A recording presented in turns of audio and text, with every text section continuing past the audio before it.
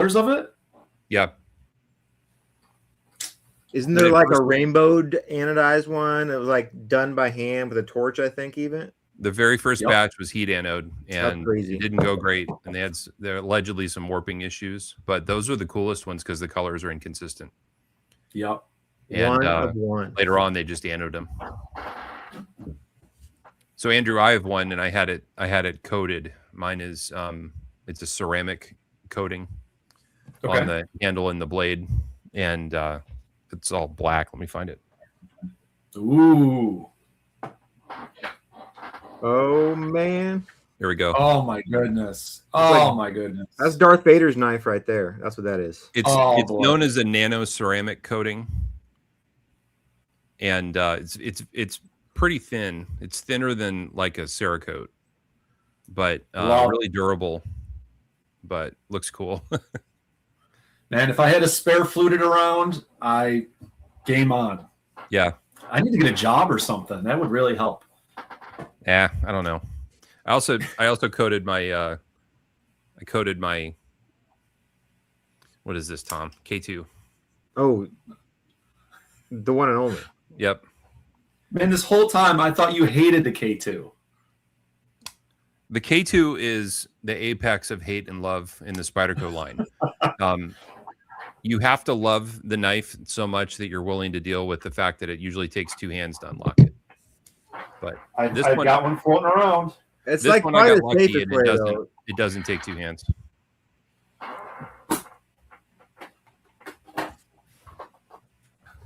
Uh-oh, people are joining. Hope's the first one on the door. Hello, Hopey. What's up, Hope?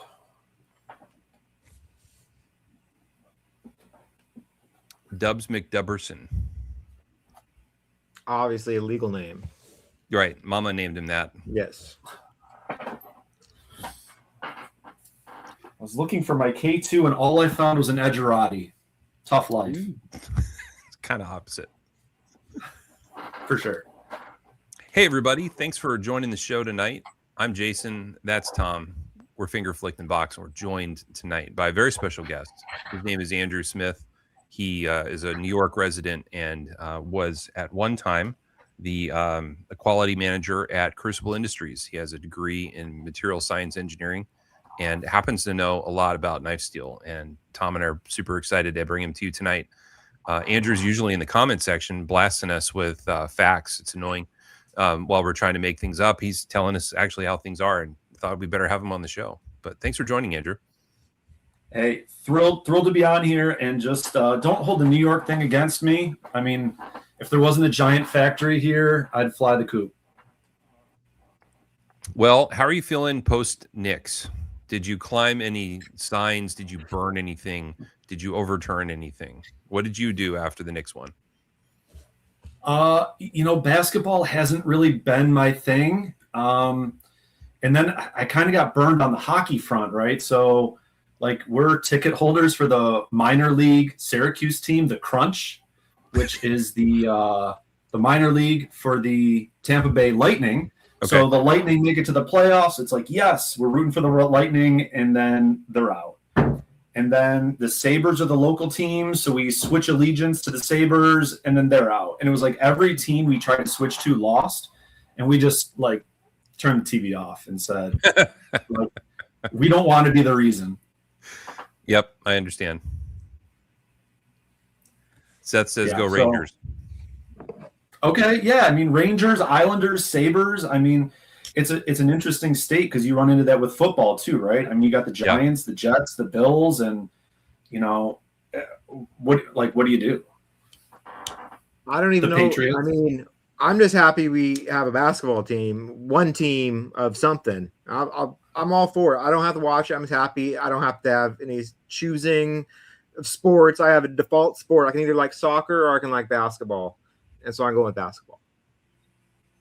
I mean, given the options, I don't have to like soccer, Tom.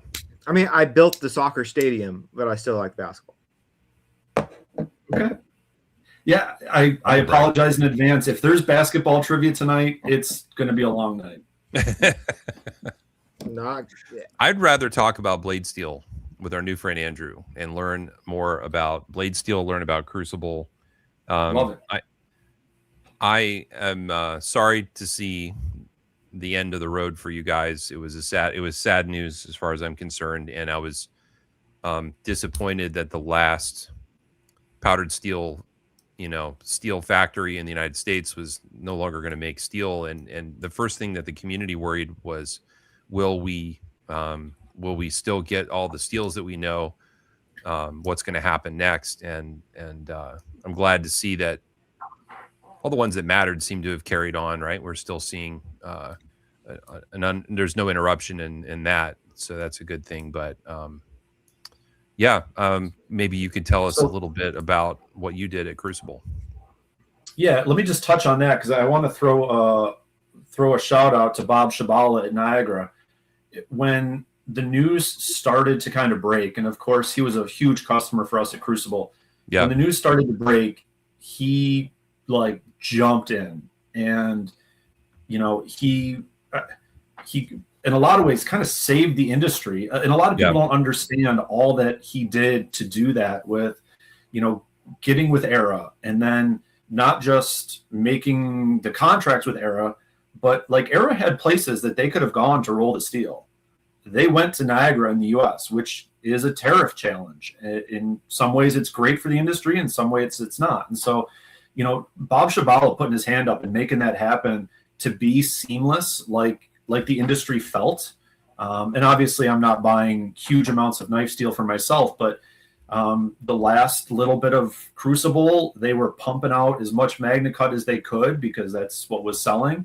And Bob basically said, just everything you got, we'll take it. And there's pictures of his stockyard with just slabs of Magna Cut to the ceiling because he knew there'd be a transition time, and he stepped up in a big way. So credit to Niagara for making that as seamless as it was. And then, Era too, right? I mean, they really weren't involved in the cutlery world at all. But I would say for the last year or so, my observation is they're good stewards of it as best as they can for being overseas. I mean, it's not an easy world over there with energy costs and tariffs and all of the other stuff. But so far, I would say the community is, in good hands. Can we talk a little bit about,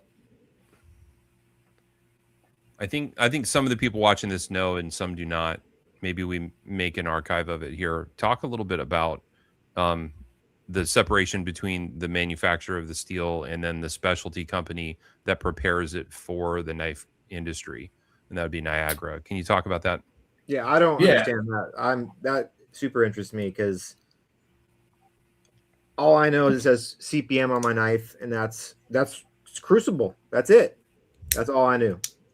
Well, it was, and for a long time, totally true, right? You saw CPM, you knew it was Crucible, you know it was melted and manufactured in the US, and it was game on, right? And so I was doing an inventory of some of my knives here, and it was CPM, CPM, CPM.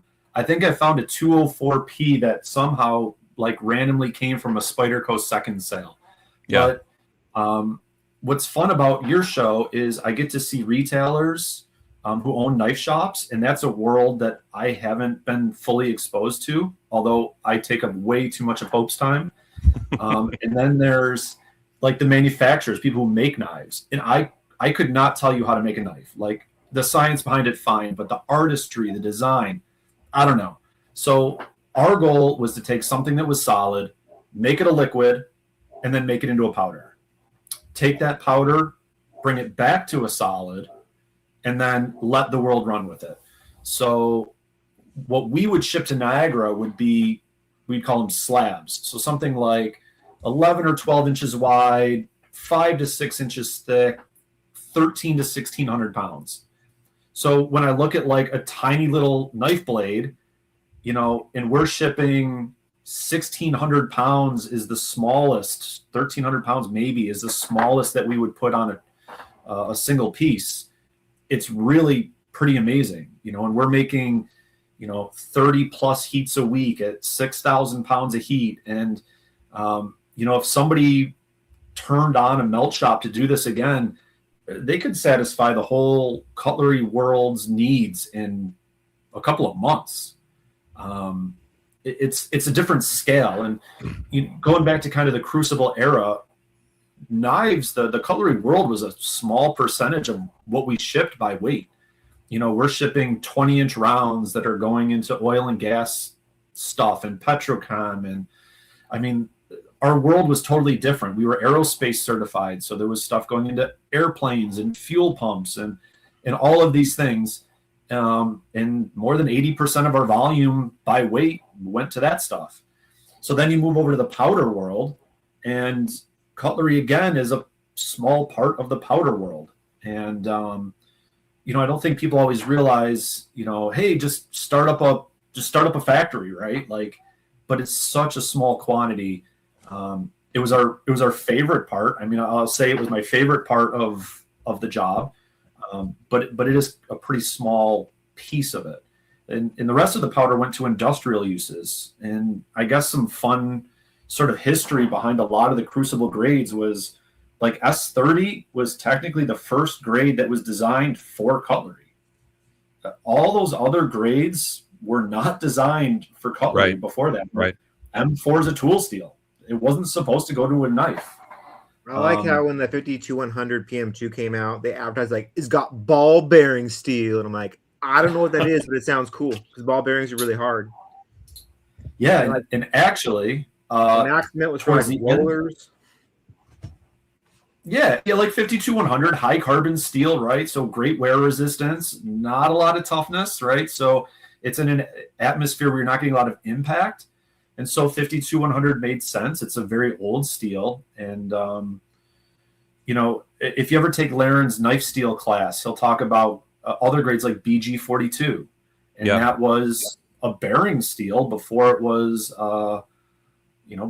in cutlery. And actually, this is the Spyderco group, so we should chat about the original military in 440V. So the first powdered metal application that went into cutlery was 440V, S60V. Most people know, but the original militaries were stamped 440V. And that was the first time Sal Glesser showed up and said, I make knives. Your steel could be really fun. And so for the Millie Club, y'all were the first. So just to recap real quick, let me see if I get this right.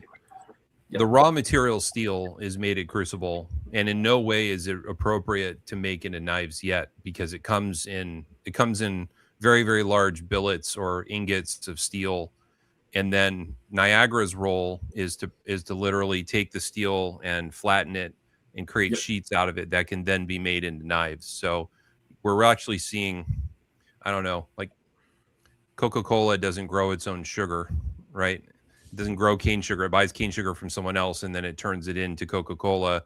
And you guys made the steel, but then Niagara is the one that makes it appropriate to make knives out of. So that's the relationship between the two of you. They're the specialty company that prepares it.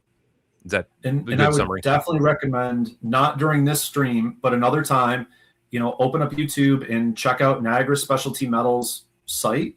They've got some great videos where they'll show, they take one of these large slabs and they'll cut it into a small square section.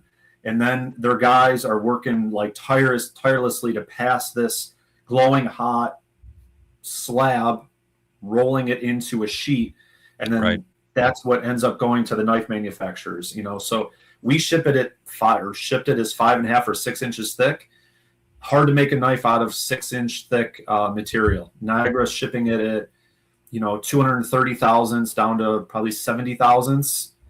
That's really what, somebody would buy. So if you're Spyderco or you're Benchmade or any of the others, you'd call Niagara and order your sheet. Crucible really didn't have a very close relationship with a lot of the makers because Niagara managed that relationship. We had one point of contact. It was Niagara. They killed it, and we didn't have to worry about much else at the time. I ran into Bob once at Blade Show, and he was really generous with his time. He talked to me for at least half an hour, and I only knew him because I saw the Niagara on his shirt. you know, and I knew what that meant. And so I was picking his brain about stuff. And this was before MagnaCut. So it would have been like 21, maybe 20. And yeah, it was neat seeing him at the show. But for sure, like you said, I think he said like less than 10% of your production went to the cutlery. So we're not talking about it being a major part of the business. It's important, but it wasn't the biggest part.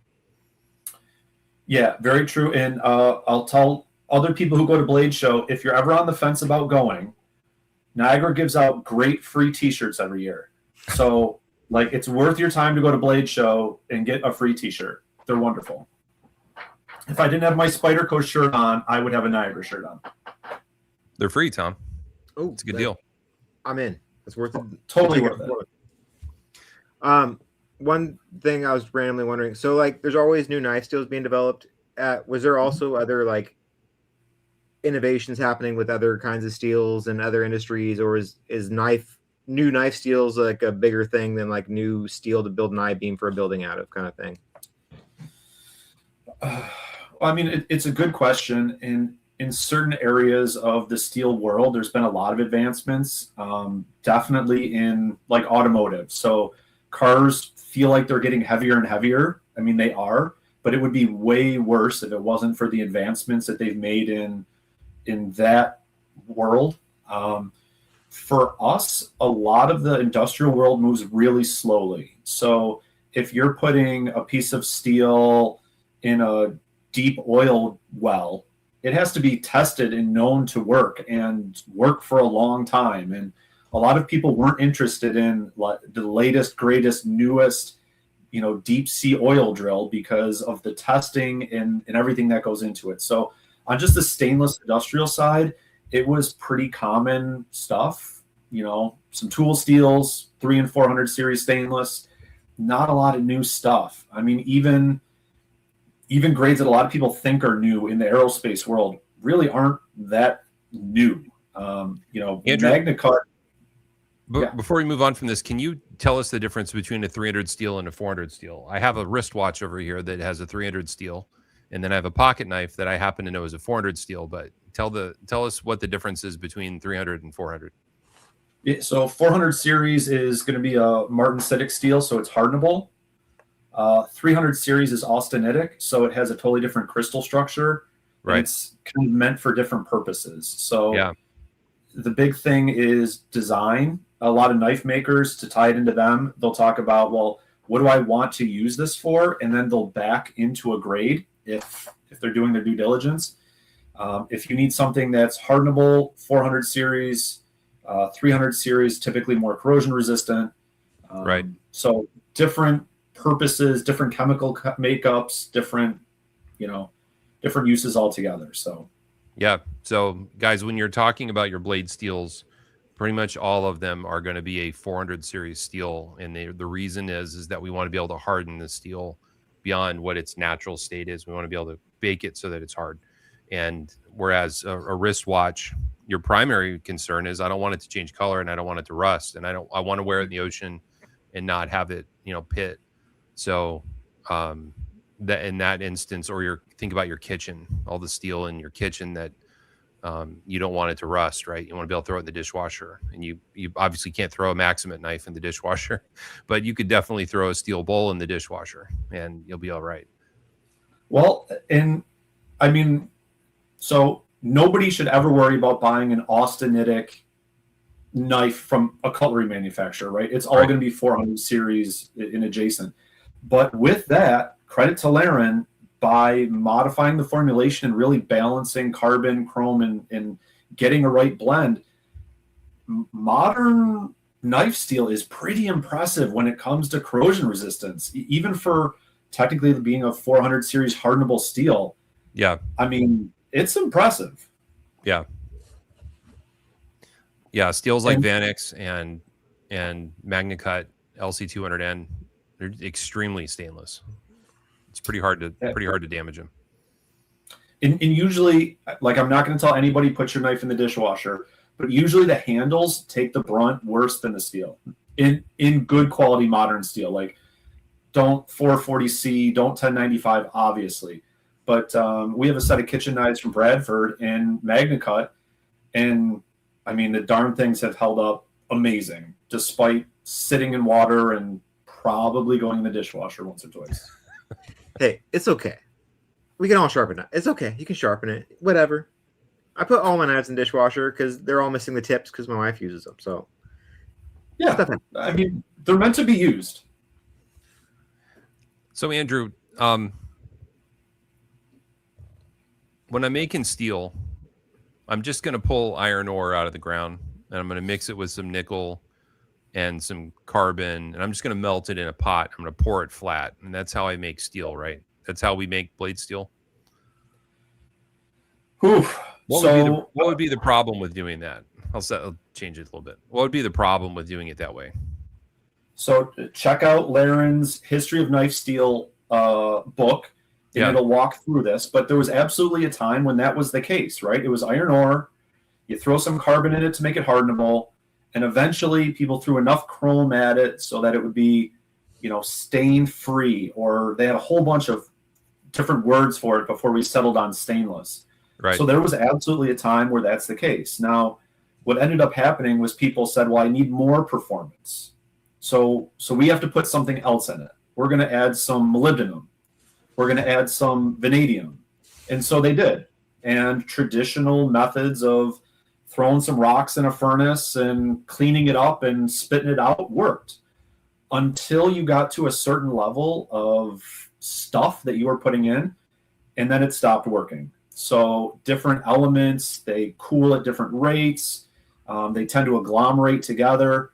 And when you put in so much carbon and you're putting in so much of these different alloys, you go to cast it into an ingot and you might end up with big chunks of nasty carbides or a center line through the middle that would be terrible, or it would just crack, or you couldn't even roll it because you had hot shortening and all kinds of other issues. So what happened in the early 70s was Crucible research. They had a bunch of really smart people. They said, well, the trick to stopping all of this agglomeration and problems is to cool it faster. So we could make smaller ingots. Well, that's not really efficient.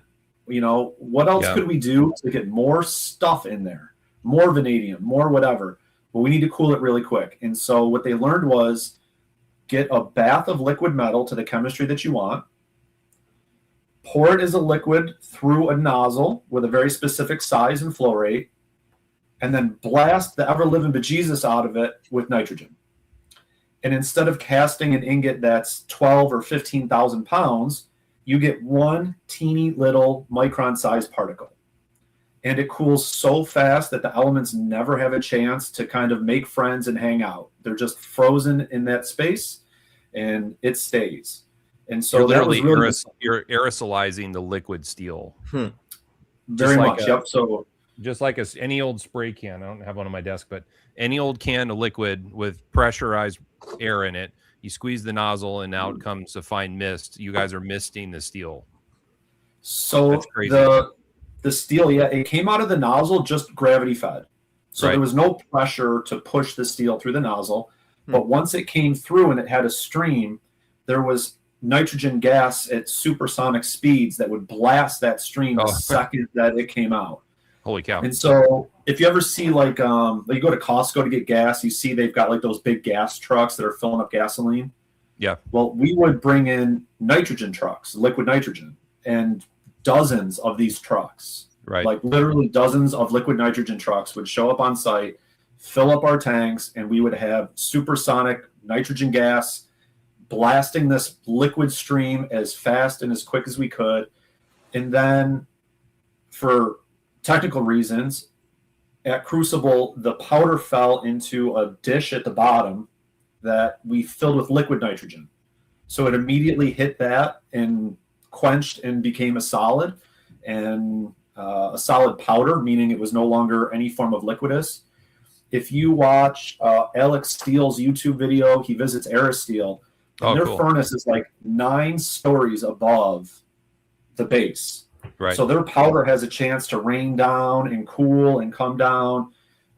We expedited that process by just having tons of liquid nitrogen, which is expensive. I mean, it adds cost.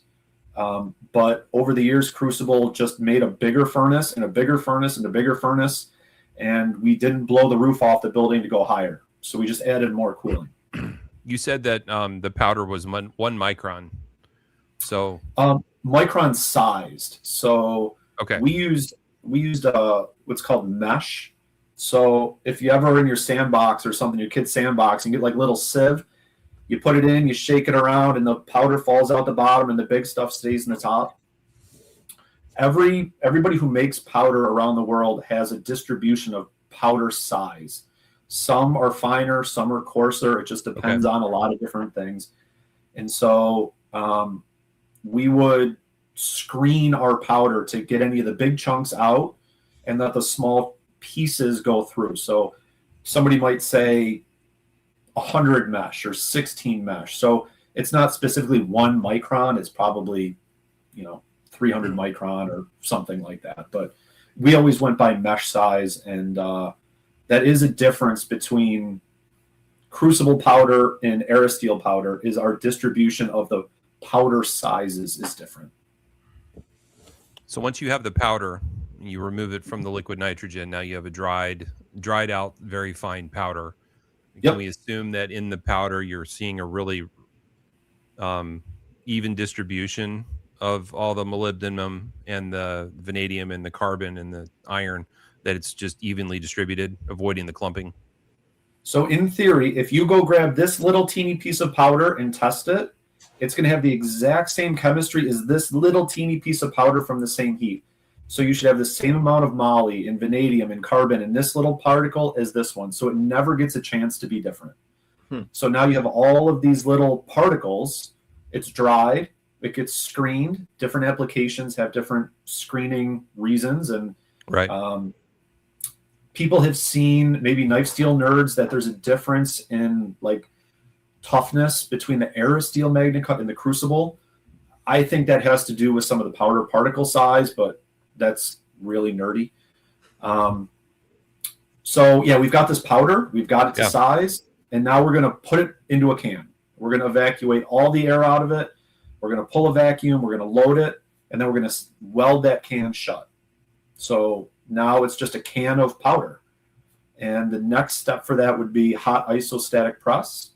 It goes into a huge vat, gets heated up, and a huge amount of pressure pushes it all back together to then be a solid again. And that happens below the melting temperature because you don't want it to like start to separate again. But there's so much pressure and heat that it re-solidifies. And I try to say... What's the can made of in that situation? Is the can made out of that powder? No, just it's a mild steel, and it's sacrificial.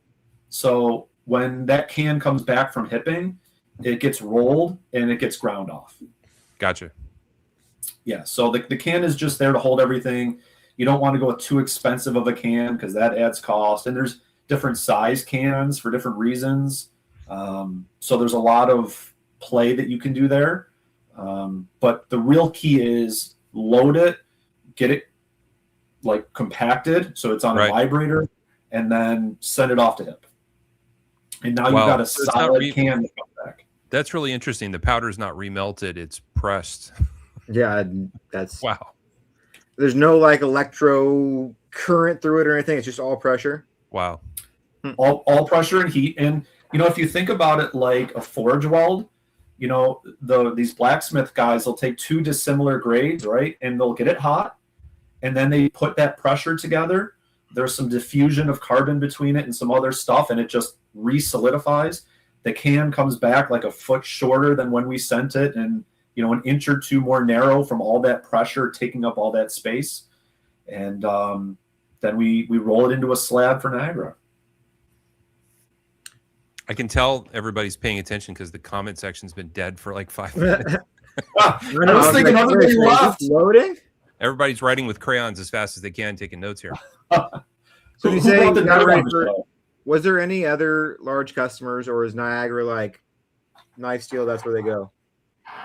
So Niagara predominantly for the cutlery world, but we had other large customers for the industrial world. So if you wanted to drive a big pickup truck, somebody has to cut the gears that go in your transmission and your rear end. A lot of that was done with a powder metal product. So things like Rex 76 and 86, they weren't designed for knives. They were designed for cutting tools. M4 goes into a lot of places. It's really shocking. 15V went into paper mills.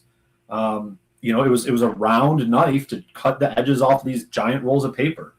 S90V was food safe.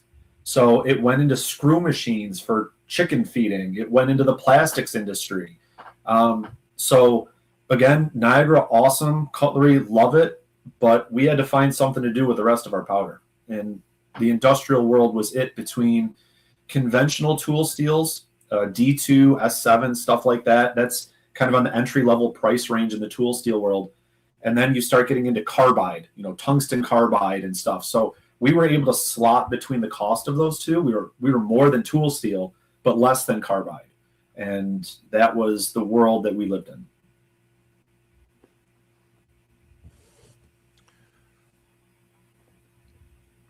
No comments for 8 minutes. I'm worried. I know. It's kind of weird. I'm wondering if the whole thing's down and no one's watching. Because we got some people. I'm getting paranoid. Eric's here. Eric. PM. I'm not getting any messages saying we're offline, so I think we're all right. I think we're all right. Rock and roll. So this is really interesting. You guys are. I didn't know that about the pressure to form the steel. That's really cool. So recently, Sean Houston shared some pictures of 15V. They look like fig Newtons, like giant fig Newtons, and it said 15V on the side. So that's pretty much what you guys were preparing, was like billets of that. Is that accurate? Yeah, big slabs, 11 or 12 wide, 5 to 6 inches thick, and then Niagara would roll it from there. 15V is an interesting one. Credit to Sean, because other people had tried that. My Instagram handle is all the V's, because people go, well, can't we have 18V or 20V? And I explain it that like if you're making sweet tea, right?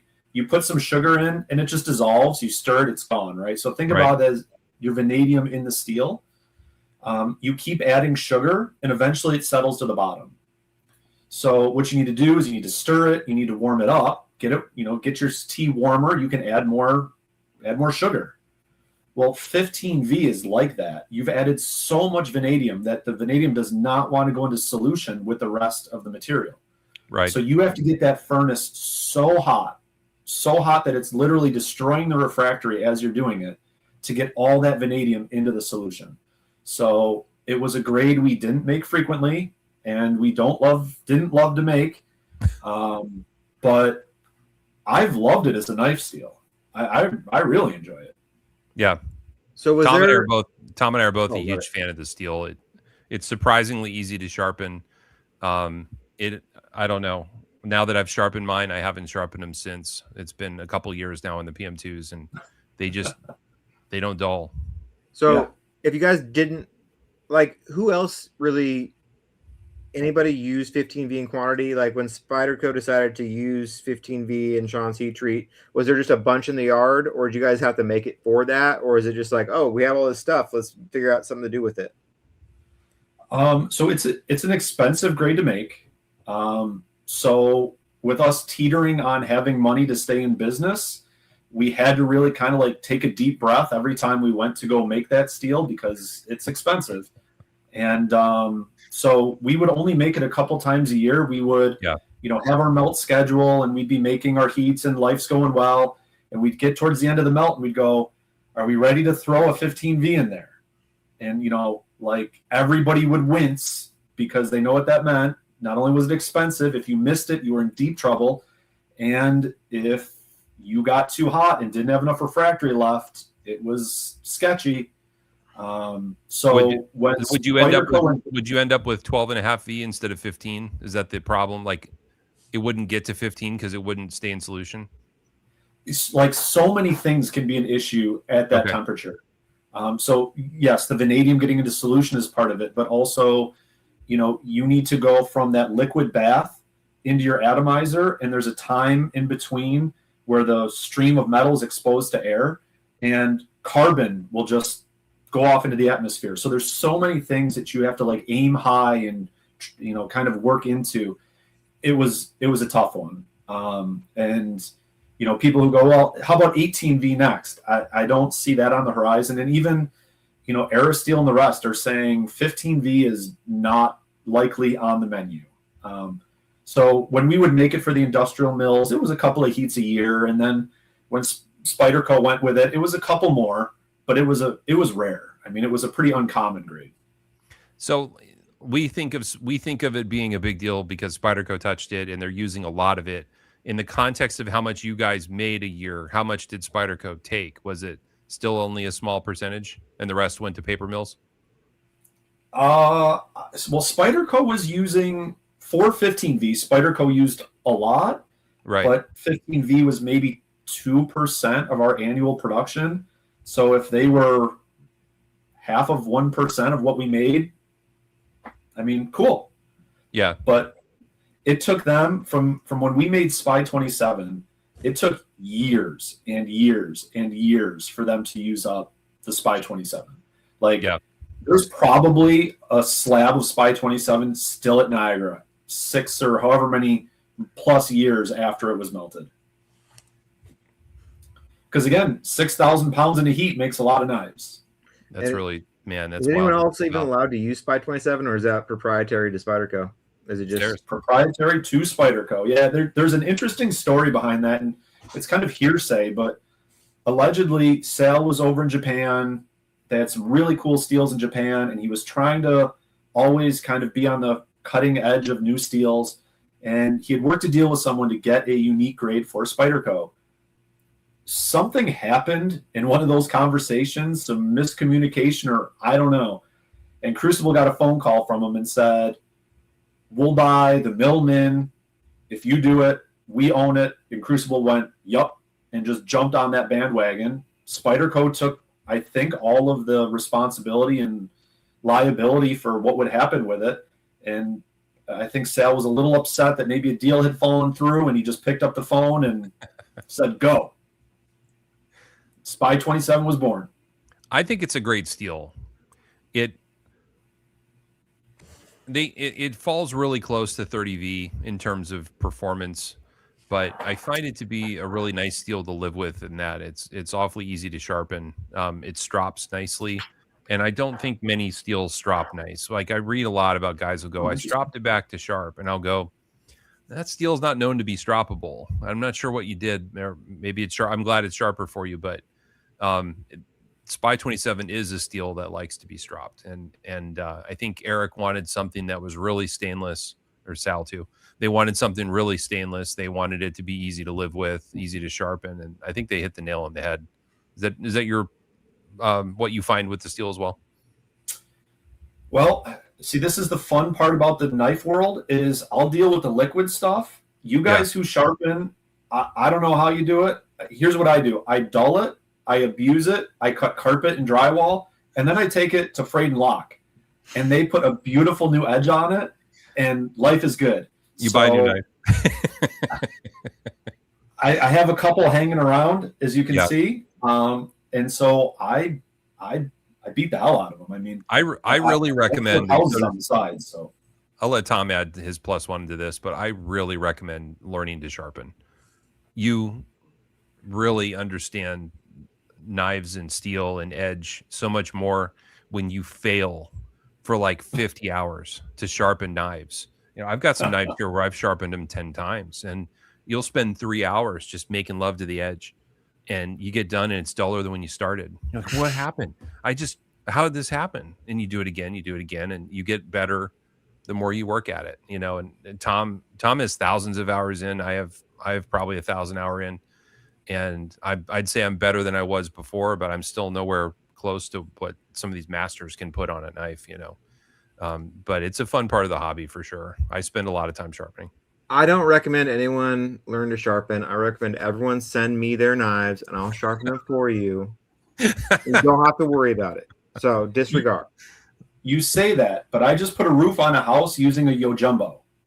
So if you want a Yojumbo covered in tar, it can be your next baby. I mean, I don't mind sharpening something that's like maybe a little dull-ish, and I'll make it a little less dull. What's the matter, Andrew? Was your Microtech in the shop? Yeah, that's where that one was. Or your Chavez? No, to add what Jason said, like a lot of steels are when you're sharpening with diamond stones. Which, if you own a Spyderco, just have diamond or CBN stones because that's what you're going to need for a lot of the steels. A lot of steels are fairly similar. So a lot of people ask me like, how is it different sharpening S35 EM versus S30V? I'm like, I don't know. It's might be different, but it's not noticeably. Sure. But there are some steels that do sharpen differently. Like Maximate is different. The biggest surprise to me was 15V. Of all you hear, okay, it's got all this vanadium in it. It's gonna be so crazy. With good CBN stones, it's my favorite steel to sharpen because it's easy and it's enjoyable because the way it makes a burr. And that's a hard, it's not a if you look at the Blade HQ graph of like toughness and edge retention and whatever, ability to create a burr is not how they define ease of sharpening. They define ease of sharpening as it's, with a simple ceramic stone, you can get it sharp. If you're using real stones like diamond stones, there's different steels just create that burr differently, and that's what makes all the difference. And you really learn steels differently. Like, or sometimes you get a Maximate knife in that steel. People always question like, oh, this is a second because it has a bad heat treat, or is this have a bad heat treat? Maximate sometimes legit can be a little iffy, a little weird, and a little not want to take an edge, a little crumbly. And some steels just perform differently. Yeah. It's a part of our knife journey. And we were talking about at Blade Show about like, where are people in their knife journey? He just said knife journey, Tom. He said knife journey. That's definitely something I want to explore. The sharpening side of it, I think, would help round out some skill set. But it's fascinating. It's something that it's like we practice medicine, right? We practice guitar. We practice sharpening. You get better at it, but you never get good at it. I don't know. It's pretty fun discipline to learn. There's like different parts of it. Like I got really good at making edges very aesthetically nice, and now I'm working on making them sharper and sharper and sharper. I got a best tester, and it's like, this was such a good edge. I don't want to know that it's not as sharp as I thought it was. It looks cool. I like it. It's good enough. But now the best. It was beautiful. I've seen your YouTube videos. I mean, they're gorgeous. Maybe someday I'll start to get into it. I recommend it. It's fun, and it's funny. When I first started sharpening, I felt like I understood that. I felt like the steels varied a lot in the way that they responded to sharpening. But the more I do it, the less I'm paying attention to that, maybe, or the less it really mattered. Maybe I was overblowing it. But Tom's right. Maximate is one of those that it's hard to sharpen because it's moody. The worst knives for me are not necessarily the harder steels at all. It's actually like a shitty kitchen knife can drive you insane because the burr won't come off. The burr will never go away and it'll start to chip. And if you use too aggressive of an edge, it'll just fall apart. So like the softer steels sometimes are worse than the harder steels. I sharpened my K-bar the other night. It's 1095. It took forever. I texted Tom. I was like, never take a K-bar. I didn't know what you meant by that. I'm like, done. It took 3 times longer than a regular knife or a good pocket knife. And it's almost like the steel was more like ABS plastic and you're filing away at it and it's not really removing the material right. Oh. Like it had it's almost like it had a rubbery response to the stone. So I really had to get impolite with it. Just, really put some ass in it. Well, I tell people bad kitchen knives, like, don't do it. I mean, you can find some reasonably priced kitchen knives with some reasonable performance. You don't have to go to really expensive kitchen knives. But if you cook at all, a decent kitchen knife, and I'm not saying don't go buy like a 20-piece set, but get a decent kitchen knife, a paring knife, a chef knife. It changes the whole way you work in the kitchen with a quality knife. Like, I can't tell people enough to get a decent kitchen knife, please. Makes way more fun. Yeah, big time. Andrew, can we talk about another steel that's dear to our hearts? Can we talk about 121? That's what popped in my head when you guys were saying, Maximet can be difficult to sharpen. Does Rex 121 feel similar to you? No. Rex 121, if I had to compare it to any steel, it's 90% of 15V enjoyability. Like, wow. But that's to get even a little more spice on it. The PM2, the way, however, Eric decided to heat treat that PM2 is really easy to sharpen. The Sages, this might just be one off, but the Sages I don't find to be the same as the PM2 to sharpen, but the American Rex 121 is awesome to sharpen. I've noticed that as well. The Tai Chung made 121s don't sharpen the same. I asked Eric about that, and he's like looking in to see if they heat treated it different or something. Tell us about 121. Is it similar to 15V in that it's just a drama queen to make? Yeah, and it's a drama queen at like every step of the way. So melting it is obnoxious. It's not fun. It's incredibly expensive.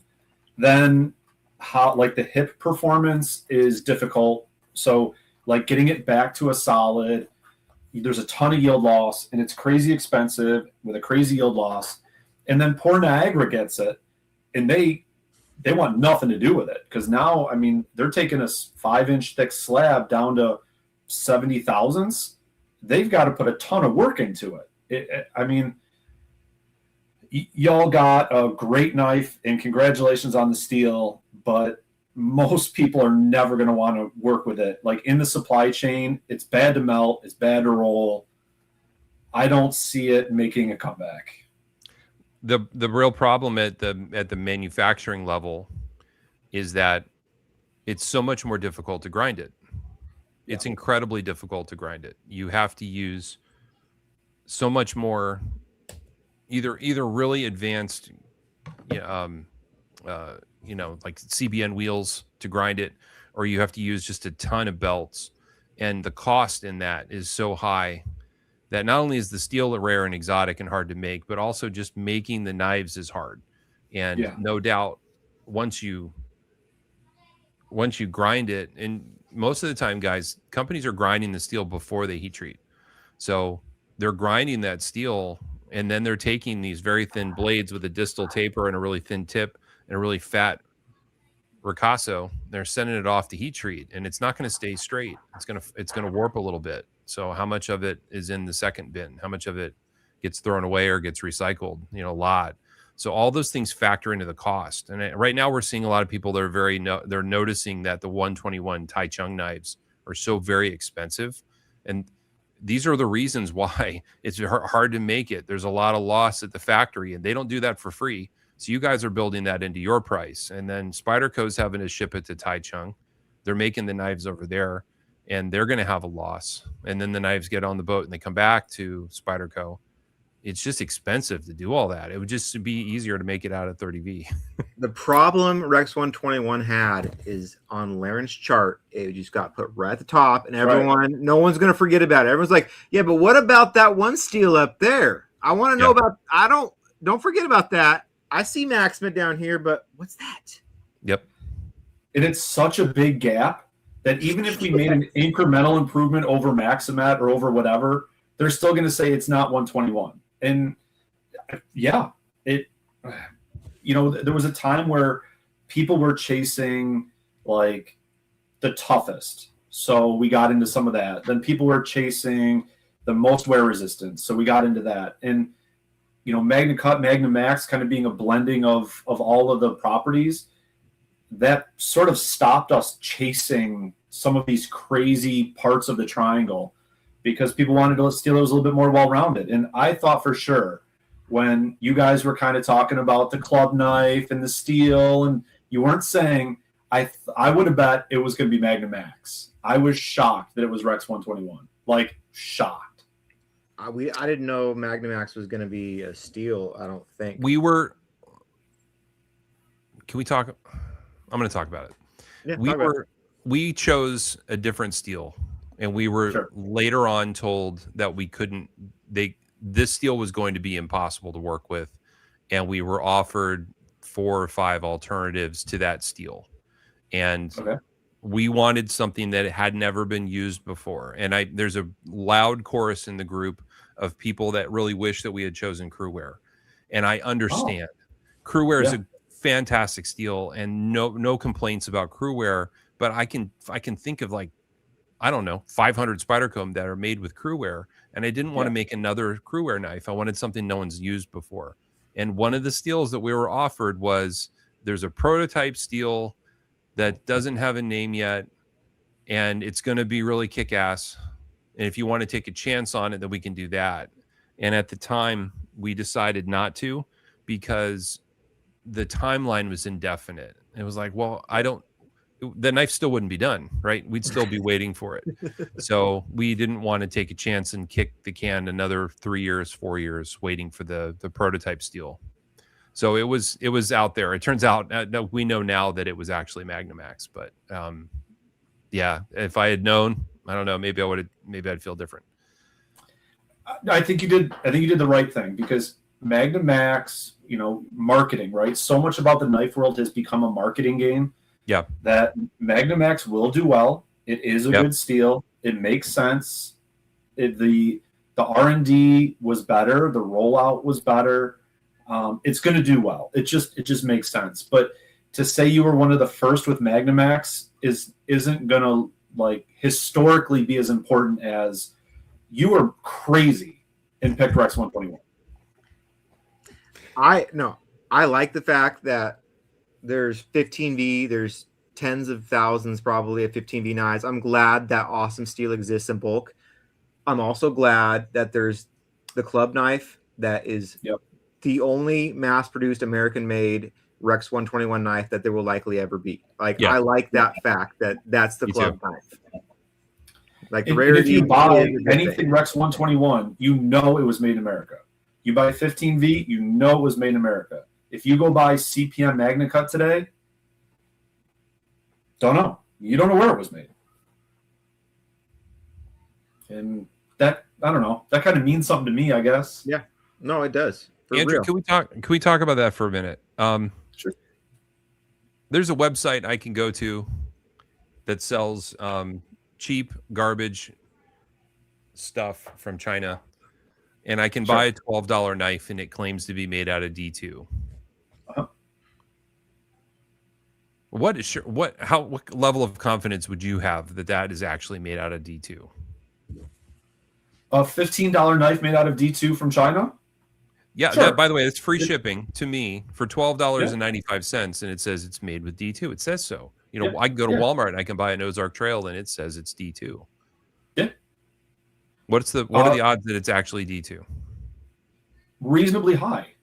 So you have to think about, like, the different economies, right? So as Crucible, we had workers. We had to pay our workers. We paid them a livable wage. We have to pay for energy. We have to pay property tax. We have to pay health insurance. All of this stuff that goes into employees and raw materials was all the responsibility of the mill to make. Yeah. A mill in China has none of those obligations. So the cost to produce anything doesn't mean anything. Right.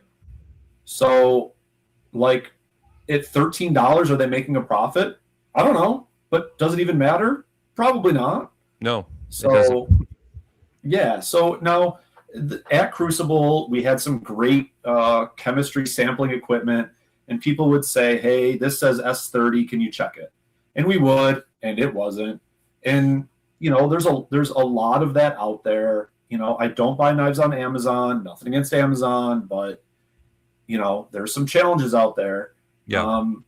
If it sounds too good to be true, it probably is.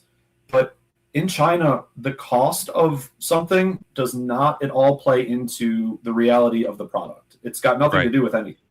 Right. So yeah, it could be a $15 D2 knife, and enjoy. I mean, sure. There's a purpose for that in the world. I'm not saying that there's not. It's just as a personal preference. It's not my thing. My assumption was always that it says D2. That doesn't mean it's D2, and you'll never know. And you don't own the testing equipment, and they're banking on the fact that you don't own the testing equipment. They don't have to be truthful. You know, I saw a guy once on a street corner selling Rolexes, and they were $50, and he said it was a Rolex, right? And it said Rolex right on it, so it's a Rolex, isn't it?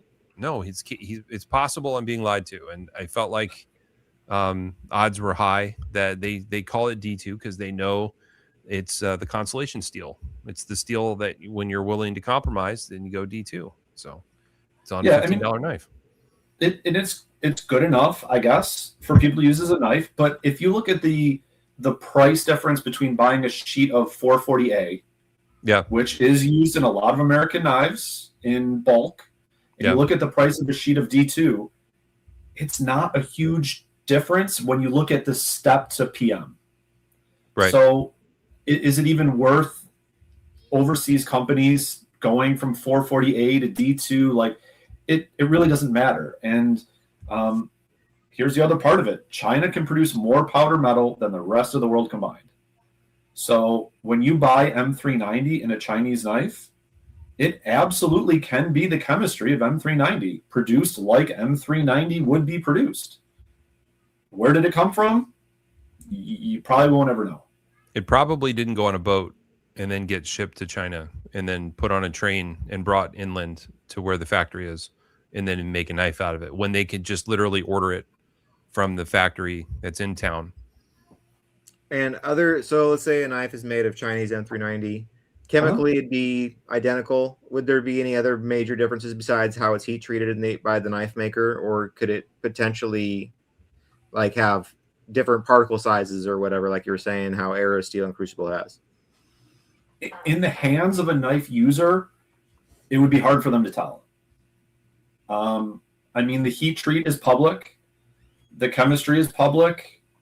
You know, if I were to open up a new factory and decide to make M390, it wouldn't be all that hard. I think that was designed in 1980, M390. Yeah. So, you know, could somebody copy it and rip it off and do just as good a job? Yeah. I mean, they could. Now, the only thing is there's some, you know, trademarks. Well, M390 might be a trademark of Bowler or not. So they don't put Bowler M390. Maybe that's the way. So the industry at some point is going to have to find a way to wrap their head around it. Every pound of steel that Crucible ever shipped came with a cert. Niagara got a cert. All of our other customers got a cert. If you go buy heat from Aerosteel, you will get a raw material cert. And if people truly are concerned about where their knife steel came from, there's going to have to be more transparency in the market somewhere. I don't know how that's going to work, but it's going to need to, if you care. Or you can go by Ozark Trail, and life is good. And you can be like me and not sharpen it, but just throw it in the campfire when you're done. I think every Ozark Trail should go in the campfire. That's where they belong. Oh, you got to miss out on this. This was, how long ago was that in the Facebook group when that orange, or it was like, everyone's like, $15 knives. It was like randomly everyone decided it was cool to want an Ozark Trail. Oh my God. I'm glad that went away. That was, yeah, me too. That was a miserable couple weeks. I happen to know a guy, YouTube videos of people trying to sharpen that manufactures knives in China. And he told me that he knows the factory that makes those Ozark Trail knives, and he knows that their cost is 70 cents a knife. So for 70 cents a knife, that knife is fabricated from raw materials. It's put in a clamshell, and then it's put in a box, and the boxes are put in a shipping container, and they're shipped all the way to Arkansas, where they get distributed across the whole network, and then they go on the shelves, right? So Walmart's paying 70 cents for that knife, and you guys are paying $9.95. So let's work backwards in an economics brain and think about what do you think went into that knife for 70 cents, and how happy are you to own that? It's not a real product. It's a knife-shaped object, in my opinion. It's not something that I would want in my collection, and I don't understand the guys that are like, I want a beater knife. What are you talking about? You want a not very good knife instead of using your good knife. I don't know why that's a thing, but I want the only knife I'm gonna dull to be a knife that gets dull really fast. Right. I'm not going to use the knife that it knifes. I'm going to buy a knife that doesn't knife. Yeah. Here's another spot. If you look at D2 and the chemistry requirements to make D2, there is no limit on cadmium. There's no limit on heavy metals. So yes, your blade says D2 on it. Am I going to make a sandwich with that knife, or am I going to use it in anything that's... I'm not saying there's cadmium in Ozark Trail. I'm not saying that. I'm just saying for a couple extra bucks, I'd rather have some peace of mind. If it was, you wouldn't know. You wouldn't Are know. You saying they're radioactive, potentially? No, there's no radioactive spec in D2. They would get flagged at the border if they were. Okay. But, the point of it is that every knife in the market has a place in the market for a reason, and that serves a point in the market. It's just not a point in the market that I'm super interested in. Yeah. Earlier, Andrew, we had a question in the comments. Somebody asked, what is it about S90V that makes it food safe? You mentioned that they use it in chicken screws. So yeah. kind of interested in that. Like, what is it about S90V that's food safe? We asked the FDA and they said, okay. Got it. So other steels might be as well, but they weren't asked about. Yep. Okay. But so S30V isn't like food bad. It's just not food approved, technically. For whatever reason, and this was before my time with Crucible, they went through there must have been somebody who wanted it for an application, and they said, is it food safe? And somebody goes, I have no idea what it even food safe means. Let's ask. And they went through the process with the FDA, and apparently if you ingest S90V, it's not going to kill you. If you ingest S30V, will it? I am not a doctor. It only kills you if you DLC coat it and then cut your sandwich with it. Then the DLC particles, they get out. I'll tell you what, I'll take DLC over Cerakote. That's true. Very true. Yeah. But to each their own. That's pretty funny. I wish there was some really cool technical answer, but I think it was just a matter of someone asked and someone answered. No, that's absolutely on brand for the government. It's probably that's someone had a government contract and they had to produce a thing, and that thing had to be certifiably safe, and it makes sense. Right. And S90V was used a lot in the plastics industry. So wear resistance at temperature, it worked great for nozzles and screw machines, and perfect. I know in the Spyderco world, it's a revered steel. They save it for their first sprint run of a new model. Traditionally, they'll do a carbon fiber handle. They do, which is their best handle, and then they do the S90V, and that's sort of like their flagship offering for that series of knives. I think it's appropriate. It's a really, really excellent steel. There you go. Yeah. Yep. That's my best Millie too. It is the best one that I have of all of them. And I love my 15V, but it's the best one. It has the best action. It's the coolest looking. I love it. Okay. All right. Well, what's your favorite?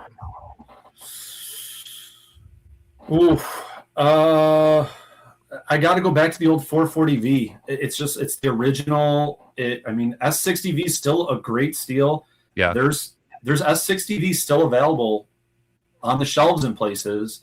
If there's some custom guys out there that wanted to make a splash with something that's a ton of fun, S60V performs. I would tell people, give it a go. The nostalgia, there's a great story for marketing. Go get some of that. I have noticed over the years that with some of the militaries, especially, they've rounded over the edges a little bit more on some of the G10. Yep. I don't know if you've ever noticed how the feel on some of them is like more rounded over in spots. Yep. Spyderco's had multiple different.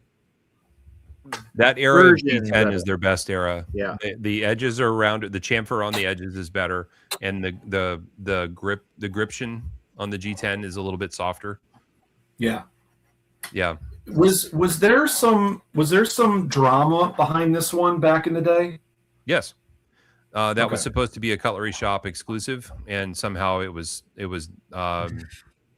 didn't go that way. So there was some drama. And because I have the XHP with the black blade, that did end up being the cutlery shop exclusive, right? Yes, and there will be a satin at some point.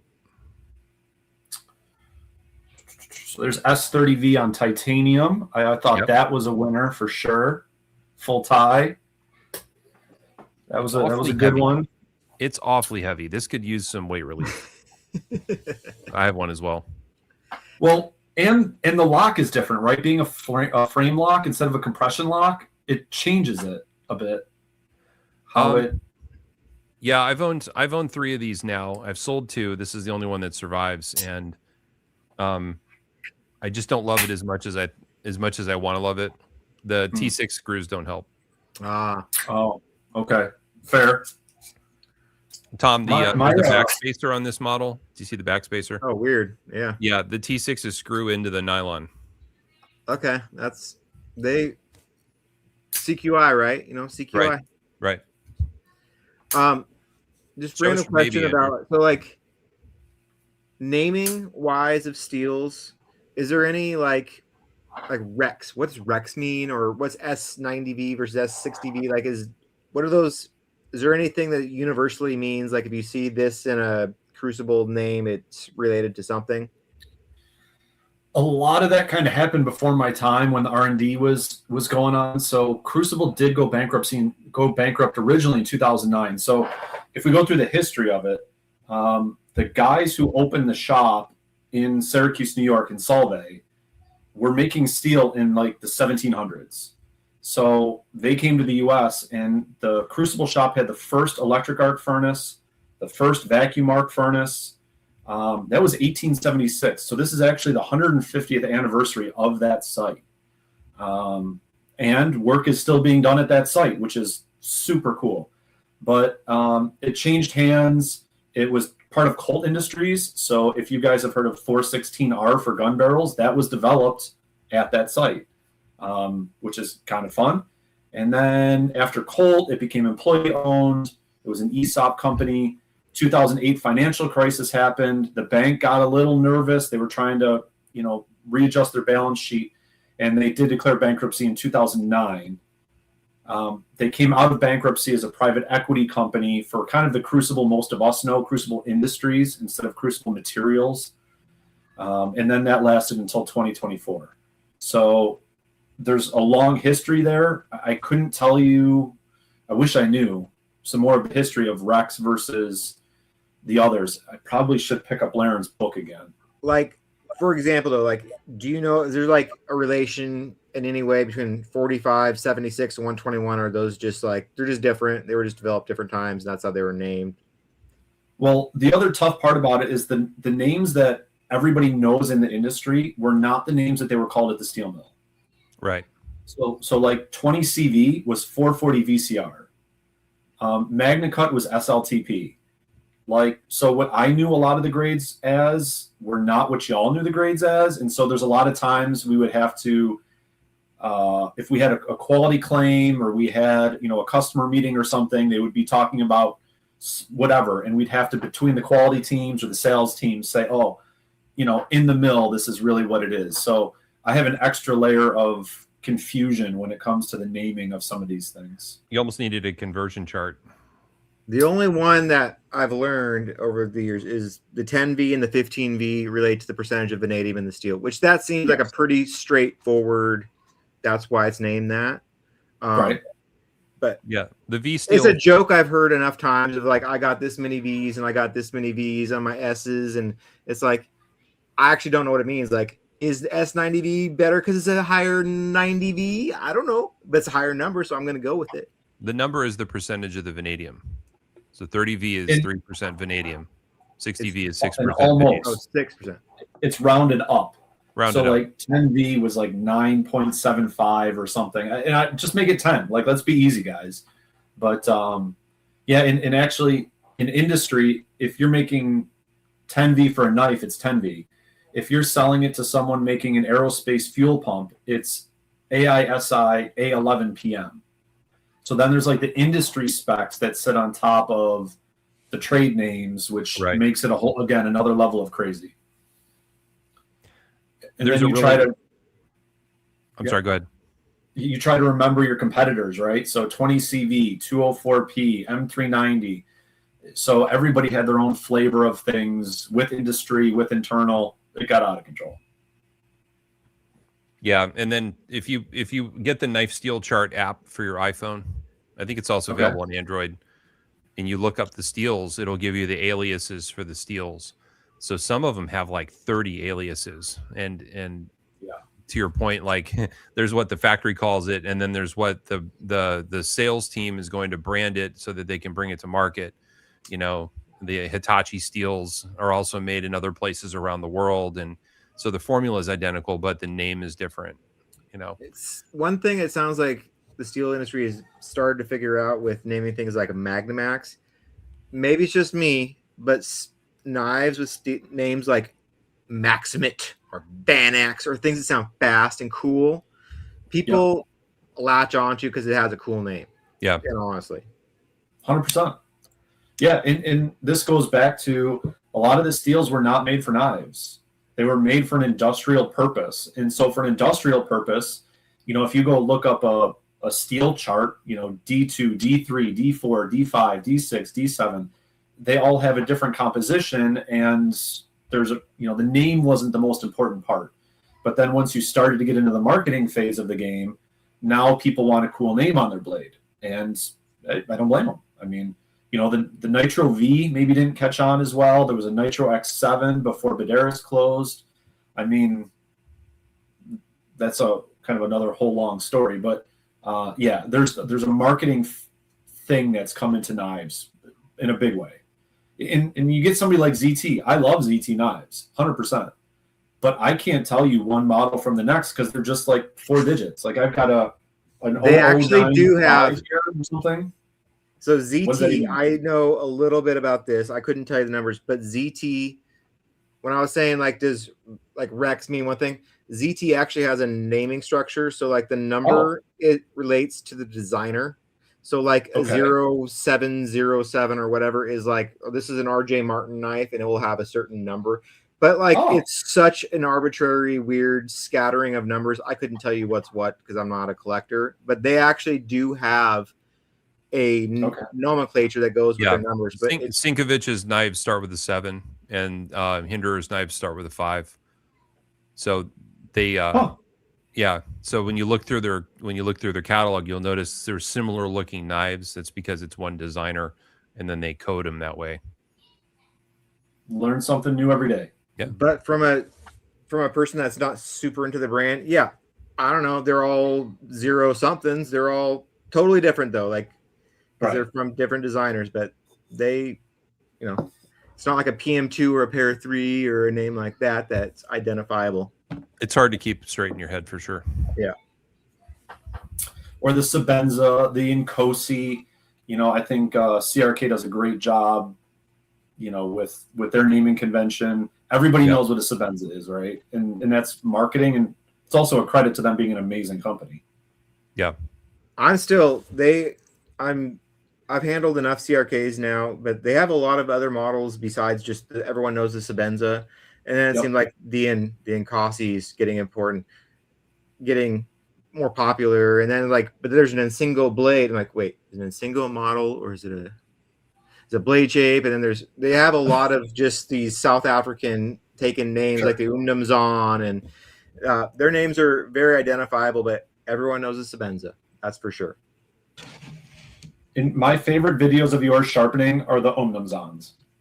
They're they're beautiful.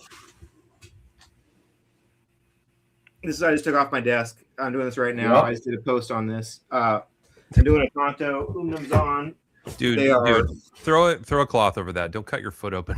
It's pointed away from me. It was on my desk, and I got one side of the tip bevel done, and then I'm like, time for FFIB, so it's on the floor. My nips just got hard looking at that. Like, I'm scared. But yeah, those are of like I used to post a lot of just mirror edge Spydercos, and they get attention. But man, when I post a mirrored up Tonto CRK, it means I need some business because they get people DMing me to sharpen. Like everyone wants me to sharpen one. That's what I do when I need business. I post one of those, and people go, "Oh, I want that done too."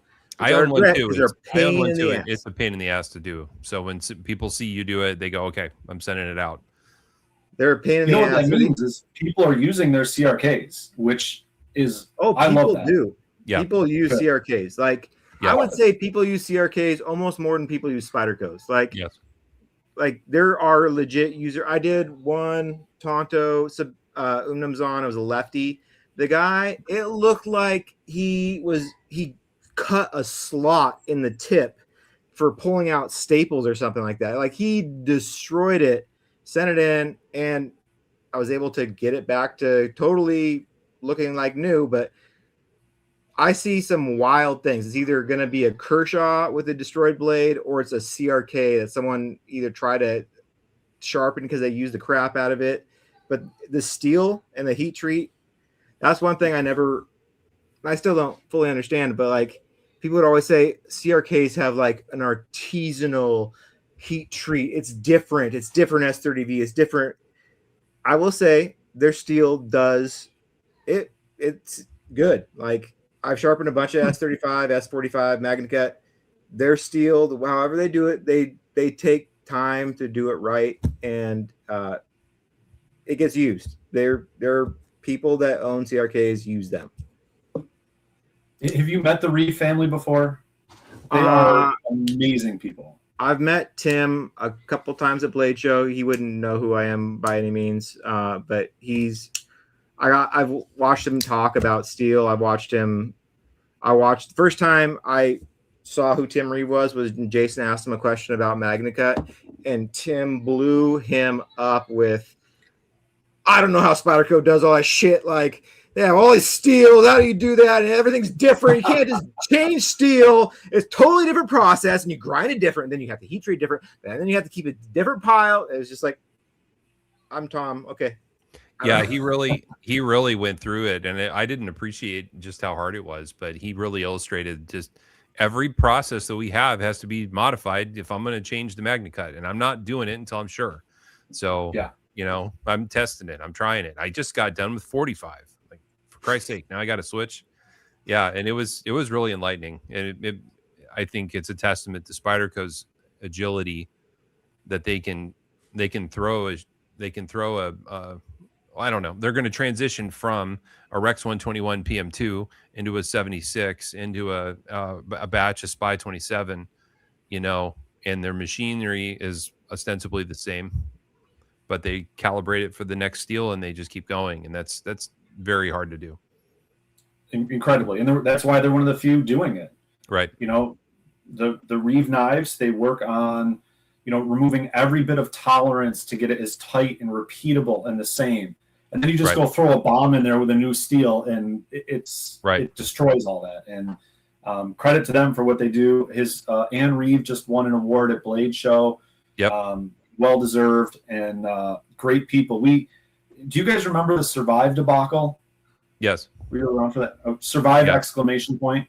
Yeah. Well, Tim Reeve actually called the guy at Survive exclamation point and said, "Listen, no judgment, no harsh, no anything. I will, at my cost, come to you and figure out how we can get this to a better spot." Like, in a way, not a direct competitor, but he didn't have to do that. And that's just that's the knife community where, people step up and help each other, sometimes competitors. And it's amazing to see. And I'm glad that the end users pay attention to some of that and vote with their dollars when they support makers who support the industry. I think it's cool watching makers be like friends, like Tim and Bill Koenig. Like Tim come over and help him set a CNC up in his shop or whatever. It's like, it's really cool that everyone is trying to grow like the knowledge base, and like everyone can learn from something else. It's really cool. I would disagree slightly. I don't think it's everyone. Not everyone. I think Not many everyone. don't, and I think it's exceptional that Tim will.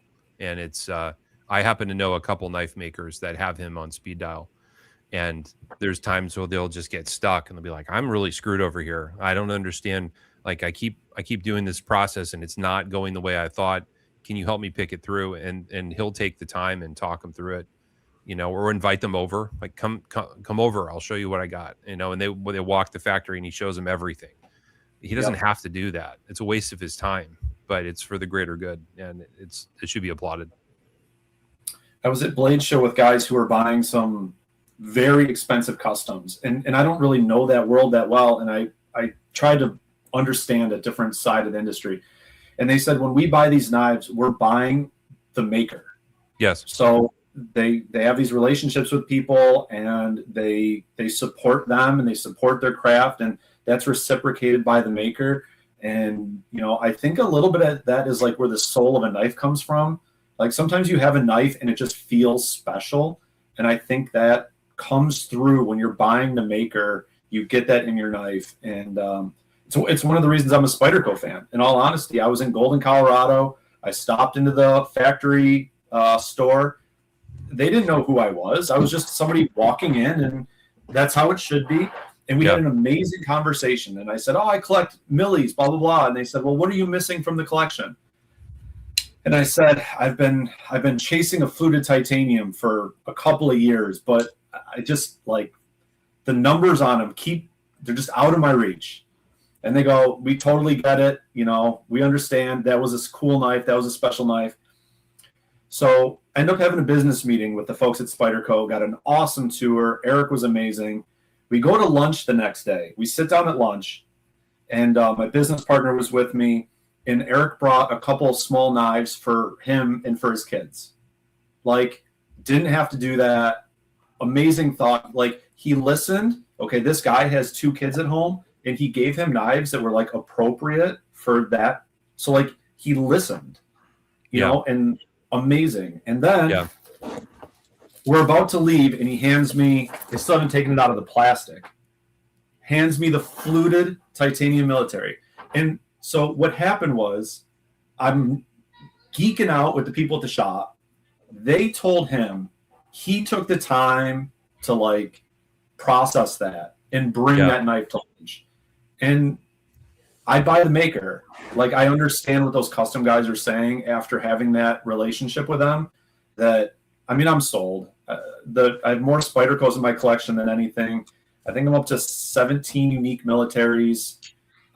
It's just, I've got no problem supporting Spyderco and what they do. That was a really special moment. That's amazing. What a cool story. Yeah, I totally get, like, I was into Spyderco for a couple years, like really into it. And then I went to a knife show in Eugene, and I got to meet Eric. And he didn't know who I was. He's not on social media. He didn't say, "Oh, he's the guy on Instagram that posts pretty pictures," whatever. And I showed him a picture I took, and he started talking to me. I got to talk to him for like a half hour, and I was like sucked in. And we're at the end of the conversation, he reached into his pocket and pulled, "This is my most important Spyderco I own. This is the prototype that was used for testing of the Para 3 lightweight. It hadn't been released yet." And he took it out of his pocket, and it was covered in crap. And the action was like, "Dude, you were testing this? Like, it doesn't even barely open." But it was used. And he slipped it in my hand and goes, "Here you go. Guess what? Spyderco will forever be like my favorite knife brand." Like, I was hooked. 100%. That hooked me into the brand. I was like on board. Yeah, Spyderco for life. Totally get it. And that's Andrew, the cool part about the industry. I happen to know the guy who owns the Military One prototype. Really? Sal pulled it out of his pocket and handed it to my friend and said, we all know him, handed it to our friend and said, "Check this out. Let me know what you think. I think I'm gonna make this knife." So he still has it. That's it. Like, that's truly a historical piece, right? I mean, that's got to be like behind glass or something. No, it's beat to shit. It's been used and carried and loved. And when I had it, it was dull. Yeah. I put an edge on it and sent it back. He was like, "Hey, thanks." Which for a prototype, I guess, is kind of appropriate. I get it. There was Collector 001, Jeff. Yeah. He had his BG42 001 military, and it was on eBay. It just went for more than I could get to it. But, again, it's the fun stuff like that. Part of it's the hunt. But, right. Again, we're buying the maker. And so shameless plug for my extrovert of supporting the maker. Absolutely. Don't forget Frayden Safe and Lock. Y'all want something different and new. It's different, and it cuts carpet like you wouldn't believe. There's another winner. The It's best not your roofing techno knife. ever made. It's not your roofing knife. Yep. So, Andrew, what trade would you use the Techno for? Ooh, shiny. Electrical? Yeah, you could. Something about the carbon fiber on the Frayden exclusives is the best carbon fiber Spyderco does. It's got to be different, or it's not the same as all the other carbon fiber. And it feels premium, and it's allegedly it's harder to make. That there's something about marbled carbon fiber versus the traditional weave. So this in is a very limited fat run. carbon. Fat carbon made it. So Spyderco had to buy it from the supplier. Yep.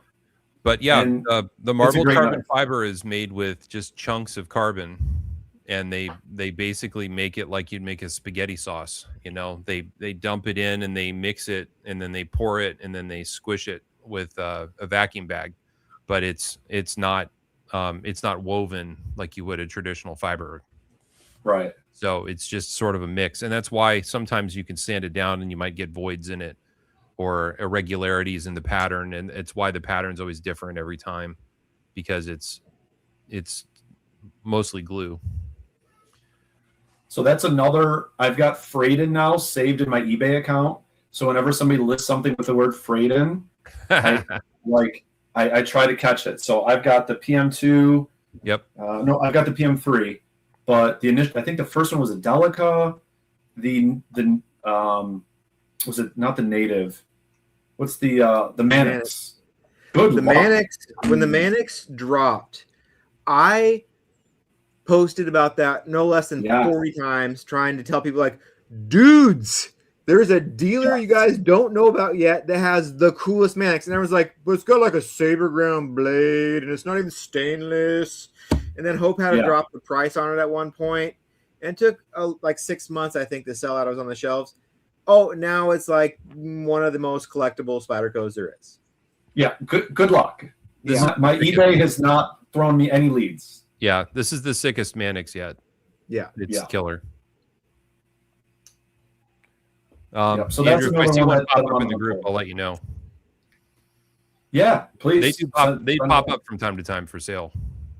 Cool. Love it. I need to put like a want to buy list, because I need the M4 mint or whatever they call it, military. Yep. BG42 I need. So there's a couple. Like, I didn't want to jump in the club and then be like, hey, sell me all your knives, which actually I probably should get a real job before I start that. But it happens a lot. There's a few on my list. I had a guy join today from Instagram. Come in and then they within 60 days they own 100 knives. I had a guy today message me on Instagram, and he bought a Rex 121 PM2 off eBay, and he was wondering if it was real or not. And honestly, in the lighting, I mean, I'm sure it was real, but in the lighting, all the engraving looked white instead of black. I'm like, I can't tell if it looks right because it doesn't look right in the light. Get a better picture of it. I said, go in the group though. And he went in the group, was like, is it okay to like buy knives? I'm like, dude, look around. Like, it's okay. Like, be warned, if you get in there though, it's an endless supply of people willing to trade you a knife for money. Right. Yep. If you're willing to pay it, there's a seller. sometimes I wish I would have bought more of them. I mean, I've got one of the St. Nick's. I always think that's like a really cool colorway. Yeah. 4V is unique, so 4V is like the parent to MagnaCut in a way. The formulation of MagnaCut had some correlation to 4V, so I always think that one's cool. There's definitely been some fun ones out there. I always think it was funny when of course is easy. When people can like take a steel and it's like it's like this version of this, and so everyone's like MagnaCut is like stainless 4V, and then MagnaCut comes out and doesn't have max edge retention. They're like, what do you mean? I'm like, well, 4V doesn't either. So you got what they said. It's the fun part about the hobby, especially with Spyder Go. So Andrew, I was on Crucible's site once a couple years ago, and I was looking at data sheets, just kind of crawling around, and I was looking at because there was a time where you guys had them all archived on there. There was a steel called 9V, CPM 9V, and I remember it had an obnoxiously high toughness. It was compared to other steels on the data sheet. The toughness was insanely high. And I asked Eric about it once. I said, would you ever want to use that steel? And he had already been down that road, I think. And he said, well, there's other steels that do what it does better, and we were already comfortable with them, so we'll probably never use it. But can you tell us why we maybe have never seen 9V on a knife? Some of it kind of touches on just the batch sizes. So 9V it really wasn't popular in industry so much. So we made it from time to time. It was still relatively uncommon. We made 10V. Every other week we were making piles of 10V. But 10V has huge uses in industry. So it's easy to just peel off a can or a little bit of 10V and say, all right, Niagara, here's half a heat or one heat or some small quantity. But if we didn't have a way to move 9V somewhere, then you were kind of committed to buying at least a heat, which is 6,000 pounds-ish of powder. And so, what do you do? So it's one less V than 10. So you've already lost the marketing battle. And it's not that it was a bad steel, but I just don't think it found a home necessarily. And toughness is good. Less carbon. I'm using my cheat sheet here. Less carbon than 10V, a little bit less vanadium, still semi-stainless. Was it a lower hardness? I think I remember the hardness was in the 50s. Yeah. So heat treat response after temper, you could have gotten it into 56, 58 for sure. Yeah.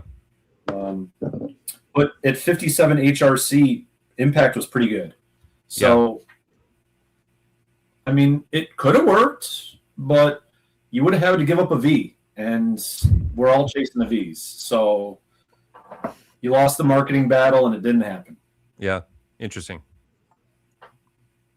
Yeah, that would be in Aristeel's wheelhouse. If they wanted to resurrect a 9V, they certainly could. And there's people who talk about Magna Max being really focused on edge retention, MagnaCut kind of edge retention toughness for sure. There's a hole allegedly in the market for something that would maybe be tougher than MagnaCut if you really wanted to go for a really rough fixed blade application. You could use the same balancing techniques to make something that would fill out that family. There's a few patents floating around. Bowler has a patent out. Niagara Laren has a patent out. So how that legal side of it shakes out will be interesting. And then, what the market says. Do we need steels tougher than MagnaCut that aren't already available as a tool steel? I don't know. Yeah. I've never met anybody that dislikes AEBL. If you own a knife with AEBL, you like that steel, and it's tougher than everything we've mentioned so far, I think. Just very, so here's very a challenge. Crucible goes bankrupt. The CPM has to move. The whole supply chain has to deal with that. Yeah. Buderus was a melting facility in Europe, and they changed ownership. And I'm not so sure that the original AEBL nitro world is going to be a thing for long. So again, it's a huge monster steel mill, and getting them to focus on a very niche industry. I mean, even AEBL is in other things, but there's a chance that, I don't have a recent update of where that's at, but there's a chance that some of those steels kind of go by the wayside as well, which is a shame. I mean, AEBL has been around forever, and it's a good steel for what it is. But I see a kitchen knife over your shoulder. Does that happen to be AEBL? Which one? This guy here? Yeah. That is actually Nitro X7. That was a custom made by a local guy, Salt City. So I got my hands on a sheet of Nitro X7, and some folks wanted to try it. So that's that one. And then New West Knife Works, S35VN. They do this gorgeous etching in the knife, the Teton Mountains. I mean, first off, it's a hell of a cutter. It's a great knife, but it's also kind of artwork. So, shout out to our friends at New West. If you want to check out their website, their handles are beautiful. And then they do this etching. Oh, cool. On the side.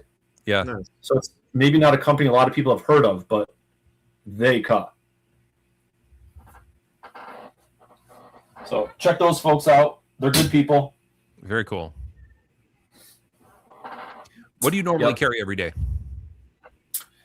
Well, so in my spare time, I also flip houses. So my knives are going to get beat up.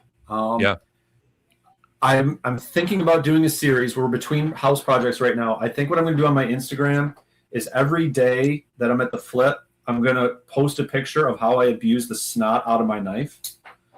So, like, of course, I'm a military guy. This one's got, like, paint on it. I broke the clip off, so I had to put a lynch clip on it. I mean, it would be tough to cut myself with it after. I mean, I used it for drywall. Yeah. So, I mean, drywall's kind of a rough thing. I found out that if you use this part of the knife, you can open up metal paint cans with it. Yes. So what I was thinking about doing is doing a series like how I've abused my knife this week. I had a Demco 20.5 for one of the other houses, and I actually torqued on it so hard that the shark lock is now like solid. It will not unshark. Wow. But to be fair, I was using it way beyond like its intended anything. So, I use them, abuse them. Let me see. I can show you the. Don't tell Hope this is coming her way, but this is the roof tile Yojumbo that's covered in tar. Nice. So like day to day, I typically carry military. It's just a good fit for me. When I'm on the job site, I pick something and I tend to be a little bit rough on it. A shout out to Creeley. I don't know if you guys have ever had Creeley on the show. Dude is excellent. He makes this is called the Mako. It's a little pocket fixed blade, and then he does one size smaller called the Minnow. And the Minnow is awesome because it's so light that you can tuck this thing away like anywhere. It comes with a great little sheath. The price is awesome. He does them in Magna Cut, Magna Max. But sometimes when you are like, just looking for something to give you that edge, Creeley does an awesome job. So sometimes I'll just clip that on the pocket. Yeah. And you almost forget that it's even kind of there. So I would definitely say if you're looking for a little pocket fixed blade, check out a Creeley. They're awesome. Yeah, Gary's an interesting guy. He's in the group and he posts a little bit. He comments a lot, and I'm glad he's in there because I know him to be very curious about metallurgy in a way that Sal is, and most makers aren't. But Gary's really interested in knife steel, and he was an early when I joined the hobby. He was one of the few that was actually publishing data about edge retention and stainlessness properties, and no one else was writing it down. He was one of the few. If somebody designs like a new steel, and a steel should take a couple of years to go from R&D to melting, the next phase of that is to get it in the hands of people who are going to be good stewards of it. So there's certain people in the industry that you target for like new steel R&D. Right. Creeley is usually one of those guys who will get a grade that nobody's ever seen or heard of because he does the work, you know. And there's some people out there that I was at Blade Show a couple of years ago, right after MagnaCut launched, and we were getting a lot of complaints about it from knife makers, and rightfully so. It's a very different animal. And I went to one knife maker and I said, you know, how are you liking MagnaCut? The guy goes, I love it. I said, what about this and that? Like, is it giving me a hard time? He goes, the only people who say that are people who don't know how to make knives, which probably wasn't totally true. But there's some people in the industry where you can give them something new and different, and they follow directions, they do the due diligence, they do it the right way, and they get you the feedback. Creeley's one of those guys. I have a couple knife maker friends that I respect that told me that, and I know them to be guys that actually grind their own stuff. They literally make their own edge knives. They're capable of making their own liners. They're capable of cutting their own locks. So these are quality knife makers, and they told me that they hated MagnaCut because it was extremely difficult to hand rub. What is it in the process? What is it in that steel that makes it hard to hand rub? They were describing it as like we rub it and it just doesn't want to polish up like other steels. Is it the chromium solution situation? Is that what's doing it? Yeah, so it's much easier to polish a chromium carbide, which is exactly what Laren was trying to avoid with the steel. So he was making, you know, vanadium carbides, which is what you want for hardness. I mean, that's what you want. So the whole engineering behind that steel was we want the carbon to make friends with other things. We want chrome to be left on its own in the matrix. So we get these really hard carbides, which is great for edge retention, but chromium carbides don't help you. So when people are hand rubbing, great. Chromium carbides, they can manage that. Life is good. But if you could drop a micro hardness on a vanadium carbide, it's significantly higher. So, you know, it's harder to do. And the other part of it is, you know, the particle size and the carbon content. There's a lot of steels that I don't recommend you mirror polish. And I saw one of the comments before, people were saying, you know, we really like RWL 34, we like CPM 154, like that family of steels. Totally get it. If you're going for a mirror polish, please do not start with a 2.5% carbon steel. Like, you're going to find a little dot, you're going to find a little speck, and you just put in a week of polishing, and there's a speck on your blade. Like, there's some people who do it, and they're a glutton for punishment. God bless them. But if you know in your knife design, mirror polish is what you're going for, MagnaCut shouldn't be where you land necessarily. You can do it. People have that skill. But yeah, I mean, there was some hate because MagnaCut was first. It was released a little before it should have been, before all the full R&D should have been done. It was released right on the heels of S45. So a lot of people were making S45. They've just gotten into it. You know, somebody like Spartan, they had switched everything to S45. MagnaCut comes out, gets all this marketing hype, and now they have to discount all their S45 knives, which were perfectly good. They were great knives. Yeah. So, I mean, there was a lot of issues there. And then, you know, the knife industry is always pushing the limit, which is great. 3V is an example, or even Crewwear.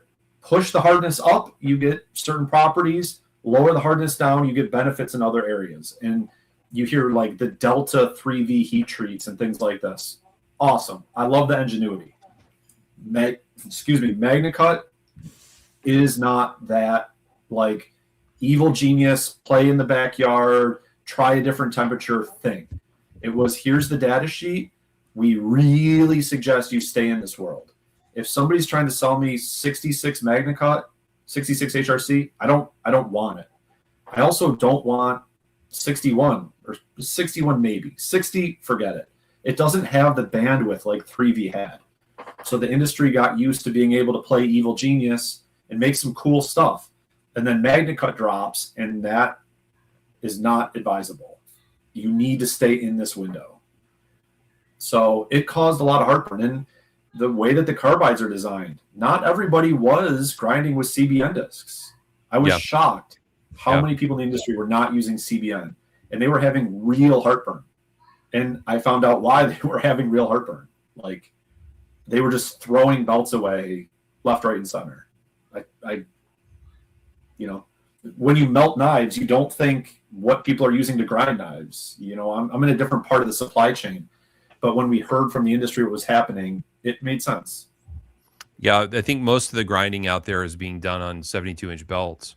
And Tom and I interviewed, you probably know him, Alex Steingraber. He's from your neck of the woods. We interviewed him years and years ago when he hadn't quite done a folder yet. And he had done a series of his fixed blades in different steels. And he had done a Rex 121. And we asked him at the time, like, how many belts did it take you to grind those? And he was like, I needed 6 belts per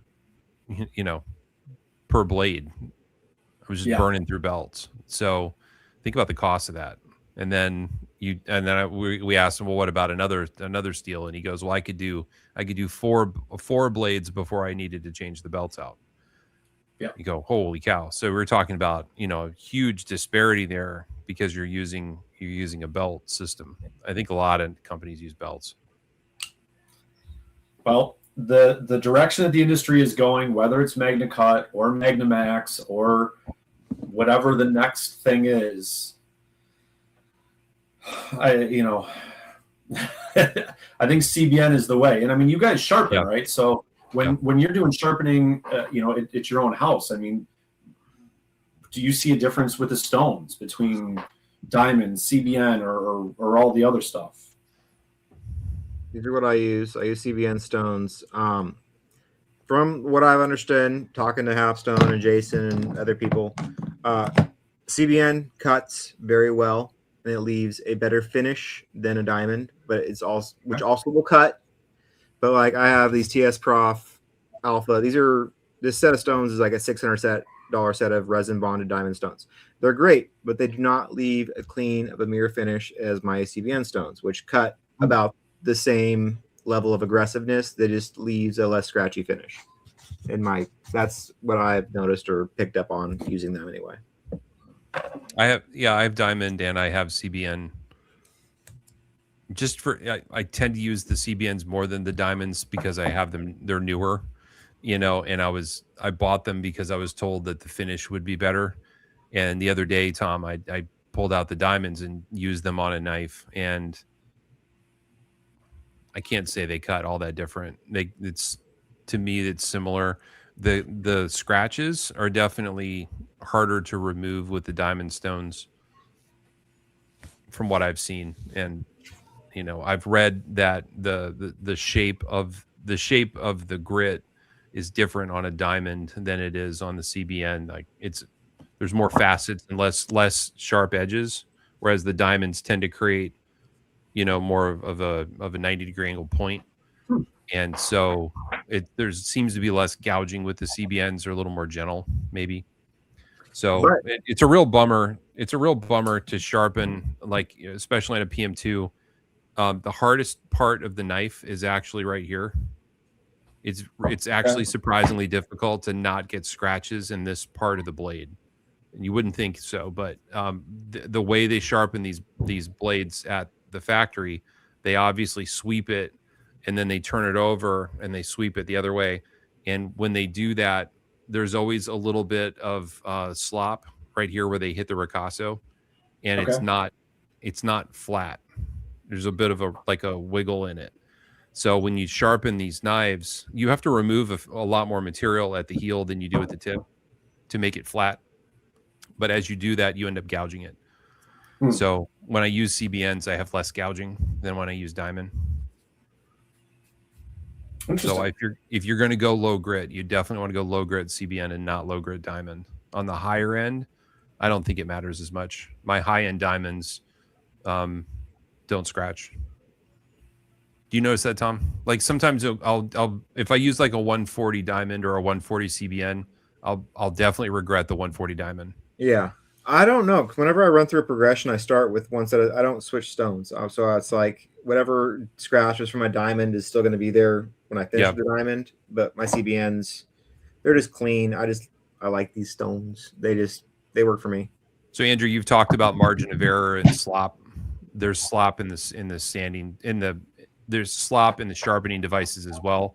So you'll buy a stone that says 400 grit. Well, 400 grit doesn't mean anything. What's the size of the stone? Well, Tom, look at the edge of the stone. Look at the edge of the stone. No, not that's the part with the words on it. It tells you the microns of the. There we go. Of the abrasive in the stone. Yeah. So what really matters is what size is the abrasive. And right. On the end under his thumb, it shows you that it's 100 to 80. So you're not buying 100. You're not buying 80. You're getting a range from 100 to 80. So the screen that they're using before the abrasive is put in there is a margin of error in that. So as you get smaller in the stones, it matters more, right? If I switch from a 5 to a 7, I'm getting worse, not better. But it's possible that you're going up in grit, but you're not going down in micron. So like these are different types. So this is HAP stones, in-house stones. I use the premium CBNs for most things. These are $94 a stone. These are $36 a stone. These are the start CBNs. So if someone just wants to do satin edges and that they don't care about mirror polishing, these will sharpen.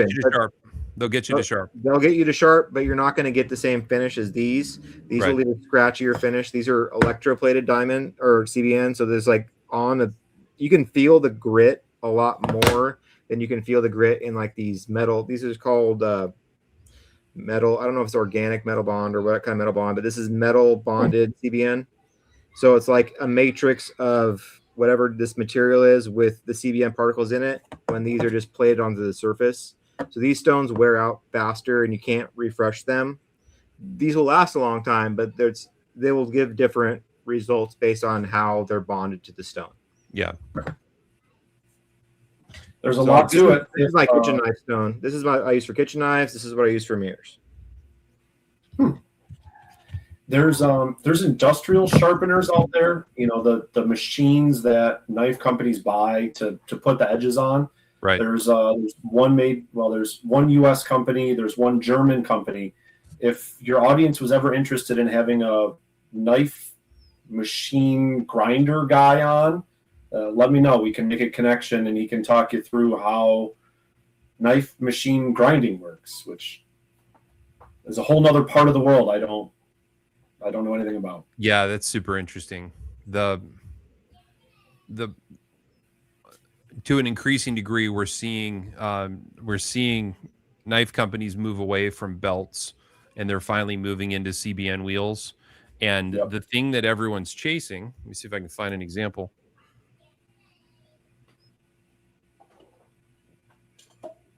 The thing that everyone's chasing is if you belt grind a blade like this, you can get it flat here and you can get it smooth here, but where the plunge occurs, you're going to end up with a lot of slop. And what guys will do is they'll take their 72-inch belt and they'll slack it so that it hangs off the end of the wheel, so that you imagine the belt hanging off the edge, and now you can kind of flex it up the plunge. Yep. And that allows you to continue to grind in this direction, but you can work uphill. So it's all the same texture. Well, Koenig has proven that he's not using a belt, because not only is there a contour there, but he also has it at an arc, right? Well, you can't do that with a belt.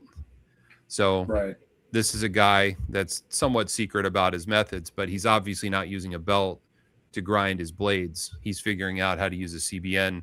But even that, it's not a cylinder. It's not a disc of CBN. It probably has its own unique shape to it. so that he's able to do his edges and keep it nice and smooth, right? So there's a lot of engineering and science that went into selecting what that wheel looks like, what the shape is to make his blades. It's the same thing that Tim Reeves doing at CRK. Pick up your Chris Reeve knife and look at the plunge. You're going to see that it's clean, clean, clean. Look at another knife company that makes hacky blades, and you're going to see a lot of slop there where the transition is really rough, and that will tell that. I don't want to name names here, but it would be an example of where they're just sort of slopping it. Smart. I'm not going to say, and they're going to. That's one cost cutting measure, right? And then the solution after that is you tumble the shit out of it. You just tumble it and tumble it and tumble it until it's clean. And yeah, so the most amazing part of a Chris Reeve knife is the plunge and the finish on the blade. That blade is perfect. It's perfectly perfect. So that's one thing when you get like really into sharpening and start looking at just like not just making the edge sharp, but like I want a perfect termination at the heel. I want to like perfecting all the parts of your edge. The thing I care more about than anything on a knife, the first thing I look at, and I love Spyderco's because I have the right stones for it, but like I like Spyderco's because I'm able to cut a heel perfectly in there. But like some knives, like this is my least favorite knife to sharpen is a Shirogorov because of how the heel terminates and there's no sharpening choil and there's no room for error. Like this is my own Shiro. I learned to start using tape on my knives because I put a nice big gash in this one with my KME. That's how I learned to use tape. Yeah. And it's just like how different knives are made and like how they're sharpenable.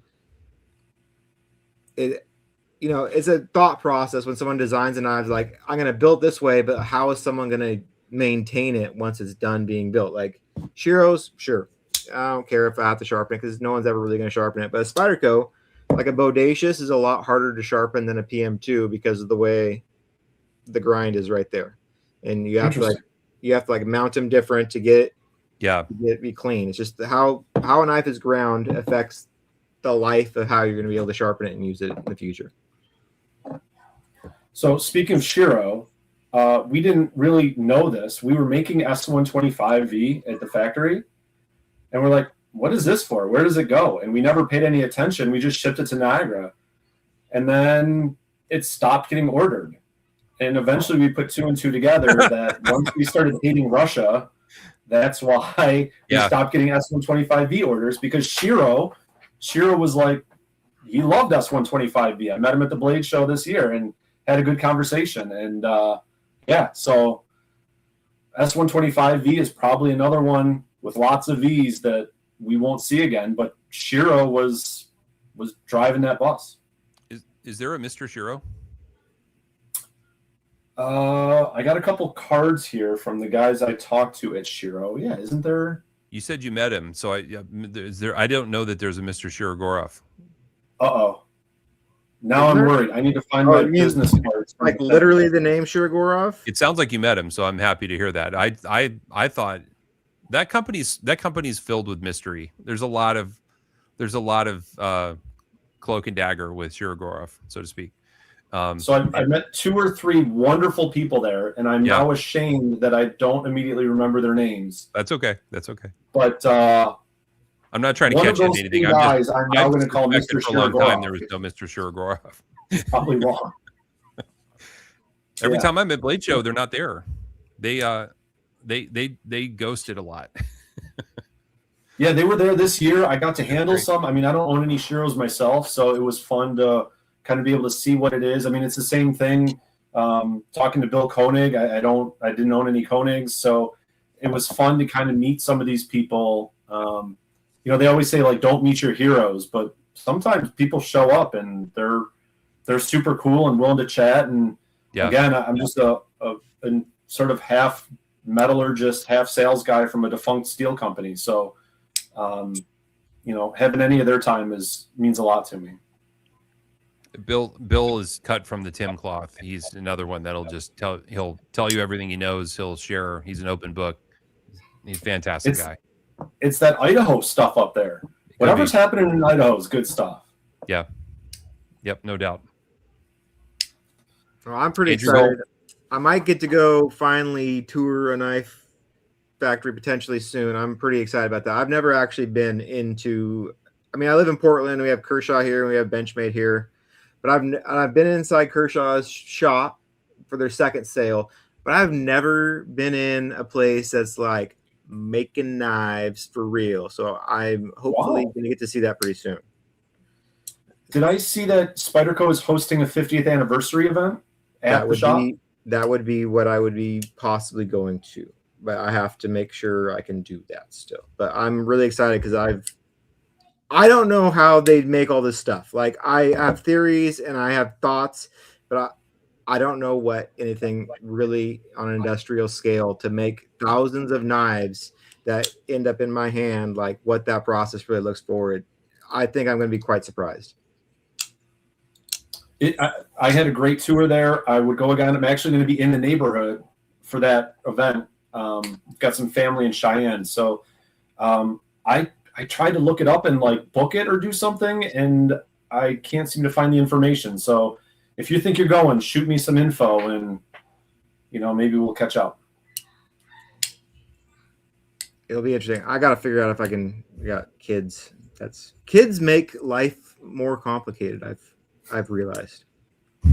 Well, they're a blessing. They're a good thing. 25 years from now, you'll appreciate it. Kim's got to get the day off still. That's what I'm waiting for right now. But yeah, I'm excited for that, to see how knives are really made and somewhere. It'll be really cool. So what are your thoughts on the 50th anniversary knife? I mean, semi-controversial, and yet it's selling. I think it is amazingly cool. Absolutely. I'm thinking it's a piece of history. I think people that crap on the price and try to say whatever they want to say about it don't understand what it's trying to accomplish. It's not trying to be your EDC go-to knife. This is a piece of history. It's a small company, 50 years. The same owner owns it and still alive making knives. He designed all these knives, and it's a big event, and I'm glad I was talking to Spyderco Marketing about this the other day because they were wondering like my thoughts on the price point. I'm like, I understand it's expensive. I don't know how easy of a time they're going to have moving however many they have, but I'm glad that they went for something super special and unique, especially with the bolsters and all that stuff, instead of just like what they did for the 40th. And like the 40th is cool. They did some different stuff, but it's not nearly as special as the 50th looks. It's just like they could have laser engraved the blade and said 50th anniversary. Here's a handle that we also produce on this knife. But no, it's totally unique. The bolsters, I think, are the selling point. It's really cool, and it's the Ed Shemp handmade effort that went into it that makes this knife special. Yeah. Yep. Well, my favorite local retailer sold her original order of them and went back to buy more and has sold some of those. That's so awesome. I think part of that speaks to the price point. There's some knives that sit, there's some knives that go, and it's never going to be a 10,000 unit thing. But I think the market is saying it is special. I think it's absolutely special. It's an incredible knife. It's an incredible achievement.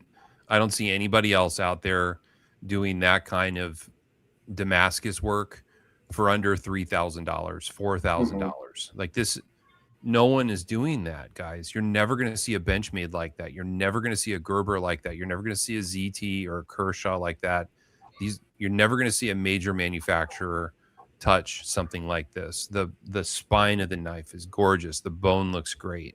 The Paduke box is a nice touch, and I'm certain they're losing money on these at $900 street, $1,200 retail. They're not making money on it. They can't. It took Ed and his son 14 months to make that bolster material. And Ed did a beautiful write-up in the Spyderco group about just what it took to do that.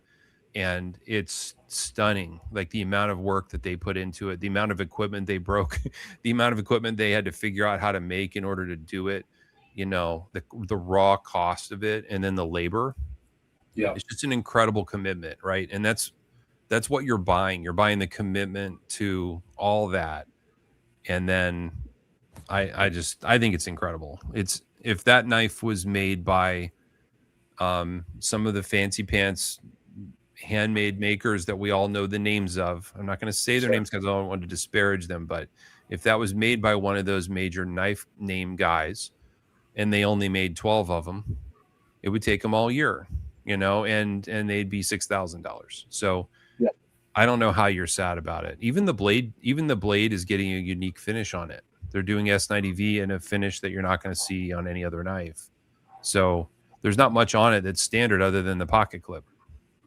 Very disappointed it has a lanyard hole. I really wish they'd skipped that. That would have been swell. Maybe it shouldn't have had a clip, but Sal's the one that came up with the clip in the first place. So you can't, marketing would not allow that, right? You gotta lead with your strength. So I understand the clip part. I told $900 no pocket clip. I told somebody the other day that Spyderco invented the pocket clip, and they thought I was full. Like, no one invented that. I'm like, literally, they invented the pocket clip on a pocket knife. Like, no one put a pocket clip on a knife until Sal did it. Yeah. The thumb opening hole is his idea. There's so much of that company that we take for granted because it's everywhere in the industry now. But I think it's an incredible knife. So I'm looking forward to getting one. And awesome. I understand it's a high price point for most people. I'll be very appreciative if one day I own one. It'd be really cool. And it's going to be a piece of history. And it's not something to buy and flip. It's something that a real collector can treasure for the next 50 years or whatever. Like, it's a hand-me-down. It's an heirloom piece. Yep. Yeah. And I mean, don't look at it as a flip knife. I agree with you there. But the odds of you buying that today and ever having to sell it for less than $900, I think are slim. I just there's some knives out there that, I love the Hogue Deca, love it. Kershaw Bel Air, love it. I have multiples of all of those, but you never get anything back out of those. They are what they are, and that's cool. Like, they're users, they're great for what they are. But some knives, you just know that there's going to be special, right? Yeah. When you see the Nirvanas for going for $750, this is a future one of those. Nirvanas are over $1,000 now. Well, there you have it. I don't think you can touch one under 900 unless. I mean, someone bought a factory second. The last time I saw it sell was a factory second, and it sold for like over 700. It was used factory second. Yeah, it had to be reground. Yeah. Yeah, and this is every bit more of a knife than that was in a big way. So I think it's a special piece. I know it's controversial, but when people understand what it takes to make that, and it's really something. Also, I don't understand the crying and the outrage. It kind of frustrates me, and it's something I don't love about the community. Is everybody loves to line up and complain. I think we've groomed our society to feel free to express your outrage all the time, but it's unfounded. Like, they still make bird knives. They still have a $60 Spyderco. You don't have to buy it. No, but I want that one for that price. Yeah. Meanwhile, I get gold class Benchmads in the Sharpen. You know what's special about them? They got like cool ano and some carbon fiber inlays, and they cost $800, and they're often quite obnoxious looking. But they should cost $800 because it's not easy to take a company that mass produces knives and then make a limited run or a small run or a one of a kind. It's not easy to do. It's expensive. It's really expensive to hire an American worker to make you a one-off knife. I don't care who you are. So they ought to cost $800. It's just the economy of it, So, yeah, people who are mad at those don't understand what they're buying. Well, I found a cheaper way to get super cool knives that are one-off. I go to Freyden, and Ed, who designed the Extrovert, does amazing shipwreck. His shipwreck is gorgeous. I never thought I would buy a Cancept. Let me show you what he did with a Cancept.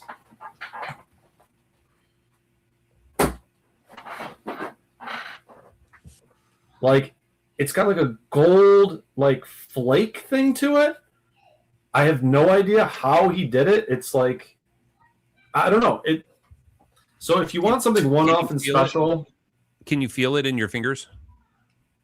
Or is it smooth? A little bit. It's not gritty. It's like not smooth either. I don't I'm know what wondering the if right it's a texture or if it like heat treated the titanium. Do you think it crystallized the tie? I don't know if you can crystallize tie once it's been formed, because this is an original scale, I think. Huh.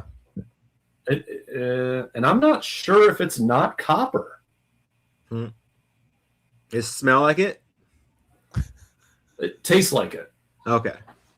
So yeah, go support your local retailer when they do fun one-off unique things. Yep. I know you're buying a $400 Spyderco, but it's got a Lynch clip on it. It's got unique scales on it. It's a fun blade steel. You're not going to do it yourself for less. So it's a fun way of getting something special without some of the crazy pricing that you see from the one-off big box folks. I agree.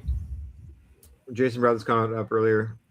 You know what? It's funny. The person that's complaining about the native price, let's just say magically one pops up in the group for half price. They're like, well, I actually don't want it because it's not fidget friendly though. So I don't really want it. Right.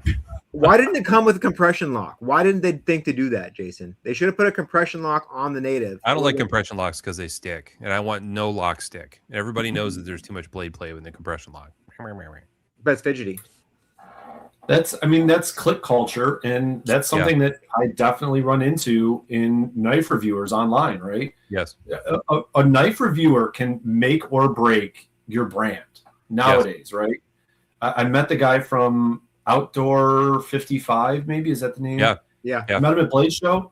Super cool dude. The guy's got a ton of followers. Dutch Bushcraft. Actually, that's an interesting one. Outdoor 55 is amazing. He's my favorite Yeah, knife. he's great.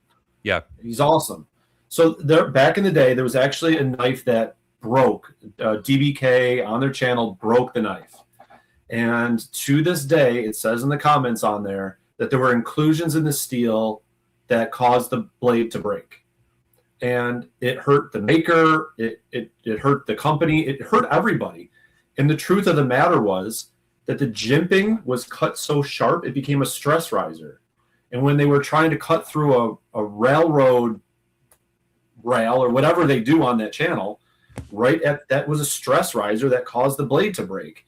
But like even years later, people say, well, that's a junk company and junk steel and junk all the rest because it broke while they were cutting a railroad rail. And it's like, well, hang on.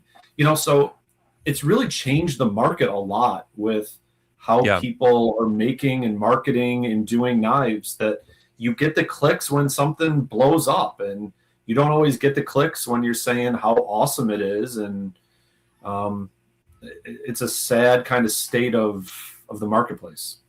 So right now we are existing on YouTube. And one thing I hate about YouTube is we're investing. We've put 2 hours into this box. Like, we've put time and effort and good information and knowledge, but we have a pretty small channel because I don't go back and edit and put a crazy cover photo on. It's like, is this the best knife ever?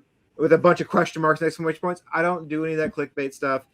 But God, my feed, when I open up YouTube to look at other stuff, I'm like, okay, I get it. Like, that gets attention. And people want followers, people want the attention. And once a video's out on YouTube, it's not like a Facebook post or an Instagram post where it eventually kind of gets buried. More views it gets keeps on getting boosted up and boosted up and boosted up. When I first got into knives, if Nut and Fancy said something, that's what it was, because he was the only one that was saying anything. He was how I learned about Spyderco. And then Shabazz was like the reference point of my early Spyderco days, of like whatever he said, that was word. And I'm good friends with Nick, and I love how he got me into Spyderco, but he affected a lot of knives and how they sold and did, not on purpose, not trying to hurt or help anybody, just being an honest reviewer with his sample on his. You assume it had the best QA/QC possible and the best example sent, and that knife Nick made infamous for Spyderco. Well, it's not too late. We can put a big clickbait thing up there. Tonight on FFIB, Tom kicks a sharpener, bleeds all over. Check out the 3 hours leading up to it. I just gave you a couple poses there, Tom. Somebody screenshot that. Yeah, I'm the same way, guys. I'm also in another hobby, and it's just as bad. It's just as bad. It's a bunch of hacks that they barely know what they're doing. They're charismatic. They developed a following. Their opinions aren't worth a lot, you know, but they're tastemakers now, and it's for profit, you know. It's, I don't know. I really I dislike that. I don't mind opinion, but there's so much that can go right or wrong from a review. Tom and I know a guy, I'm not going to say his name, but he reviewed a knife that was designed by a friend of ours, and it was a 26-minute review. And he spent the first 18 minutes bagging on it and getting his facts wrong. And it was 19 minutes in before he goes, "This is a really excellent knife. It's excellent." It took 18 minutes for him to name 5 things that he liked about it. And then he kind of wrapped it up by going, "Really well designed. Feels great in the hand. This edge is going to work really well. I like the length. It opens and closes wonderfully. If you like a fidgety knife, it's perfect. It's going to carry great in the pocket. Look at this pocket." And he all of a sudden, he hammered all the things that he liked about it. But the 18 and a half minutes at the beginning, he rambled about things that were factually wrong. It made no sense. Yeah. And I remember watching the review when it dropped, and I messaged our friend that designed it, and I said, "I'm really sorry. But the takeaway from this is that he likes the knife." And he was really nervous. He goes, "This could kill me. I've got 6 more designs that I want to green light, and I don't know that I'm going to be able to do it if no one continues to support my company, all because he got the facts wrong." Yeah. Yep. I've seen it. And I'll throw a credit to Dutch Bushcraft, DBC, DBK, whatever. They just did a thing with Creeley on MagnaCut Magamax, and it was a really well done, somewhat scientific-ish for them, you know, entertaining video. So, you know, I guess tying it all back with the Walmart sort of maybe D2 knives, in this industry, there's a space for everything. If you take a look at the Koenig that got auctioned off at Blade Show, went for crazy money. There's a market for that, and there's a market for the D2 Walmarts. And the fun part of the hobby is we get to figure out where our space is, and there's something for everybody. Did you get to handle that knife, by the way? I didn't trust myself to handle it. I saw it. I appreciated it. I left it alone. Yeah, I wanted to see that one really bad. Another one, the Grimsmo that won the award. That thing was better in person than the pictures. I mean, it was beautiful. If you get a chance to look at that one, that was another showstopper. They did a great job there. So was it their integral? No. I don't quote me on that. I'm new to Grimsmo, so yeah. And really, the integral part of it wasn't the showstopper. It was the etching. Okay. Again, I don't know how they do this, but gorgeous, absolutely gorgeous. I really admire the makers like Grimsmo and Tim Reeve and Bill Koenig that will spend 5 years getting better at one knife. And they get better and they get better and they get better and they get better. And it's really cool to see that, because the passion that goes into that just leads to exceptional work. It's pretty cool. And Grimsmo's been obsessing about everything on his knives. Like one of the coolest videos you can watch is him. He does like a 50-minute video explaining his new button lock integral, the Fell, and he's talking about all the things that they did to make that knife. It's really amazing. Yeah, for sure. For somebody who just melts steel, the artistry, the engineering, it's really special. And I get why there's money into it. I mean, you think about the hours and the labor that goes into it. And again, that's one of the frustrating things sometimes is allegedly the Edgerati was shipping from China before Spyderco announced it. Oh, the knockoffs. Yeah, and it's like, it's I got to imagine that took somebody a bunch of time to figure that knife out, and then $20 and whatever the shipping is doesn't matter. It's just, I mean, I get it, but I don't love seeing it. I agree. And it's not even illegal in China. You're allowed to take someone else's ideas and make it your own. Sure. They don't care. 100%. Yeah. So sometimes I had a guy come up to me the other day and he goes, I got a Benchmade Narrows for $40. And I go, yeah, all right. Okay, let's see it.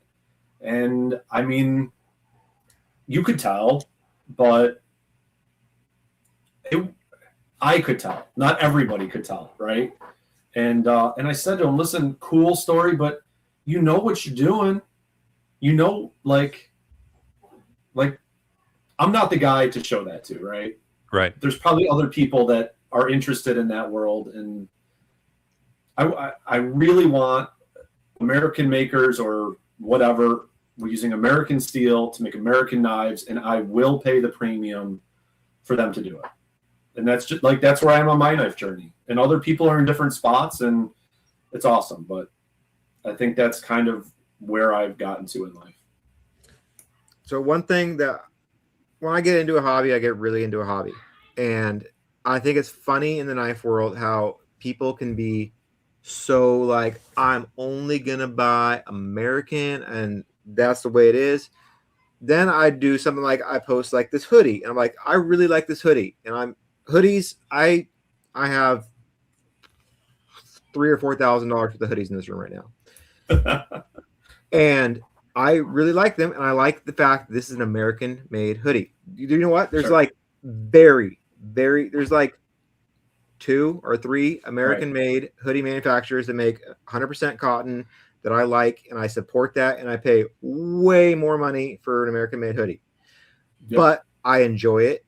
They're well-made. It has a good story. I don't feel like it's just a mass-produced piece of junk. It's important to me. But when I post about them, there'll be people that make fun of me for spending so much money on a hoodie. I'm like, but there'll be the same people that or diehard, I'll only buy American-made knife. But it's just funny how people can, categorize something as it's just clothing. It doesn't matter. It's like, it's an American industry too. Like and I really care about it and I do pay more for it and it's worth it to me in the end. And I'm a hypocrite, right? My phone was made in China. My washer dryer were made overseas. Like, there's just a lot of things that you can't, or at least I can't afford to, right? If I want to go get like a Sub-Zero or something, I don't know.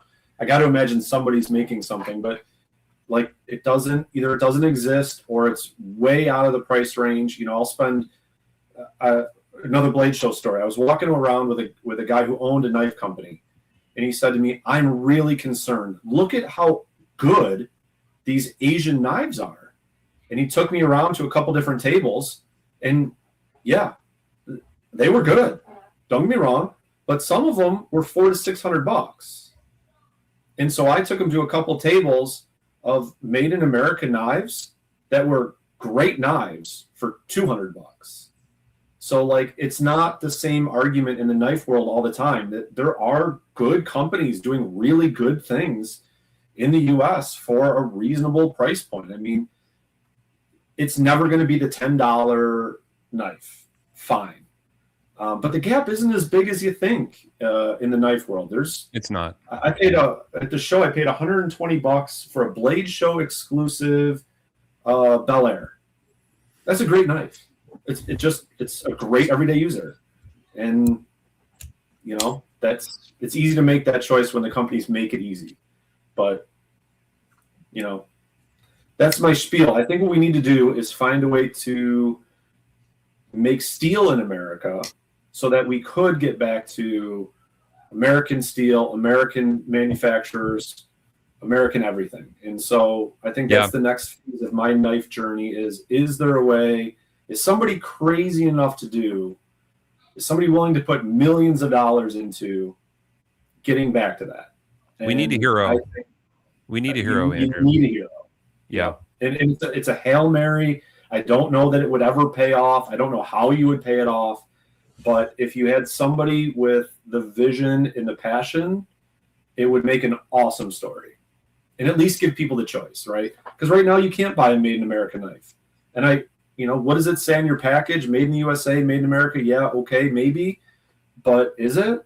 I mean, I don't know. Different people have different opinions on that. It was a really good conversation at Blade Show. If it's hipped in America, if it's rolled in America, it doesn't matter where it was melted. Well, all the money to make the knife really was done in America, so it should be the percentage contained or content of the labor.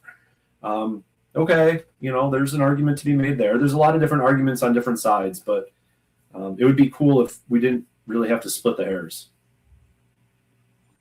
Maybe there's other industries that use steel that have buying groups that are passionate about that as well. Like, I'm just throwing it out there. Like, let's say a major gun manufacturer, where do they get the steel for their barrels?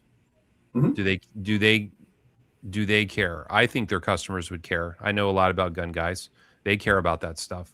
So, let's pick a pistol maker, would they be able to market and sell that their steel was made in New York or made in Chicago or made in, Detroit?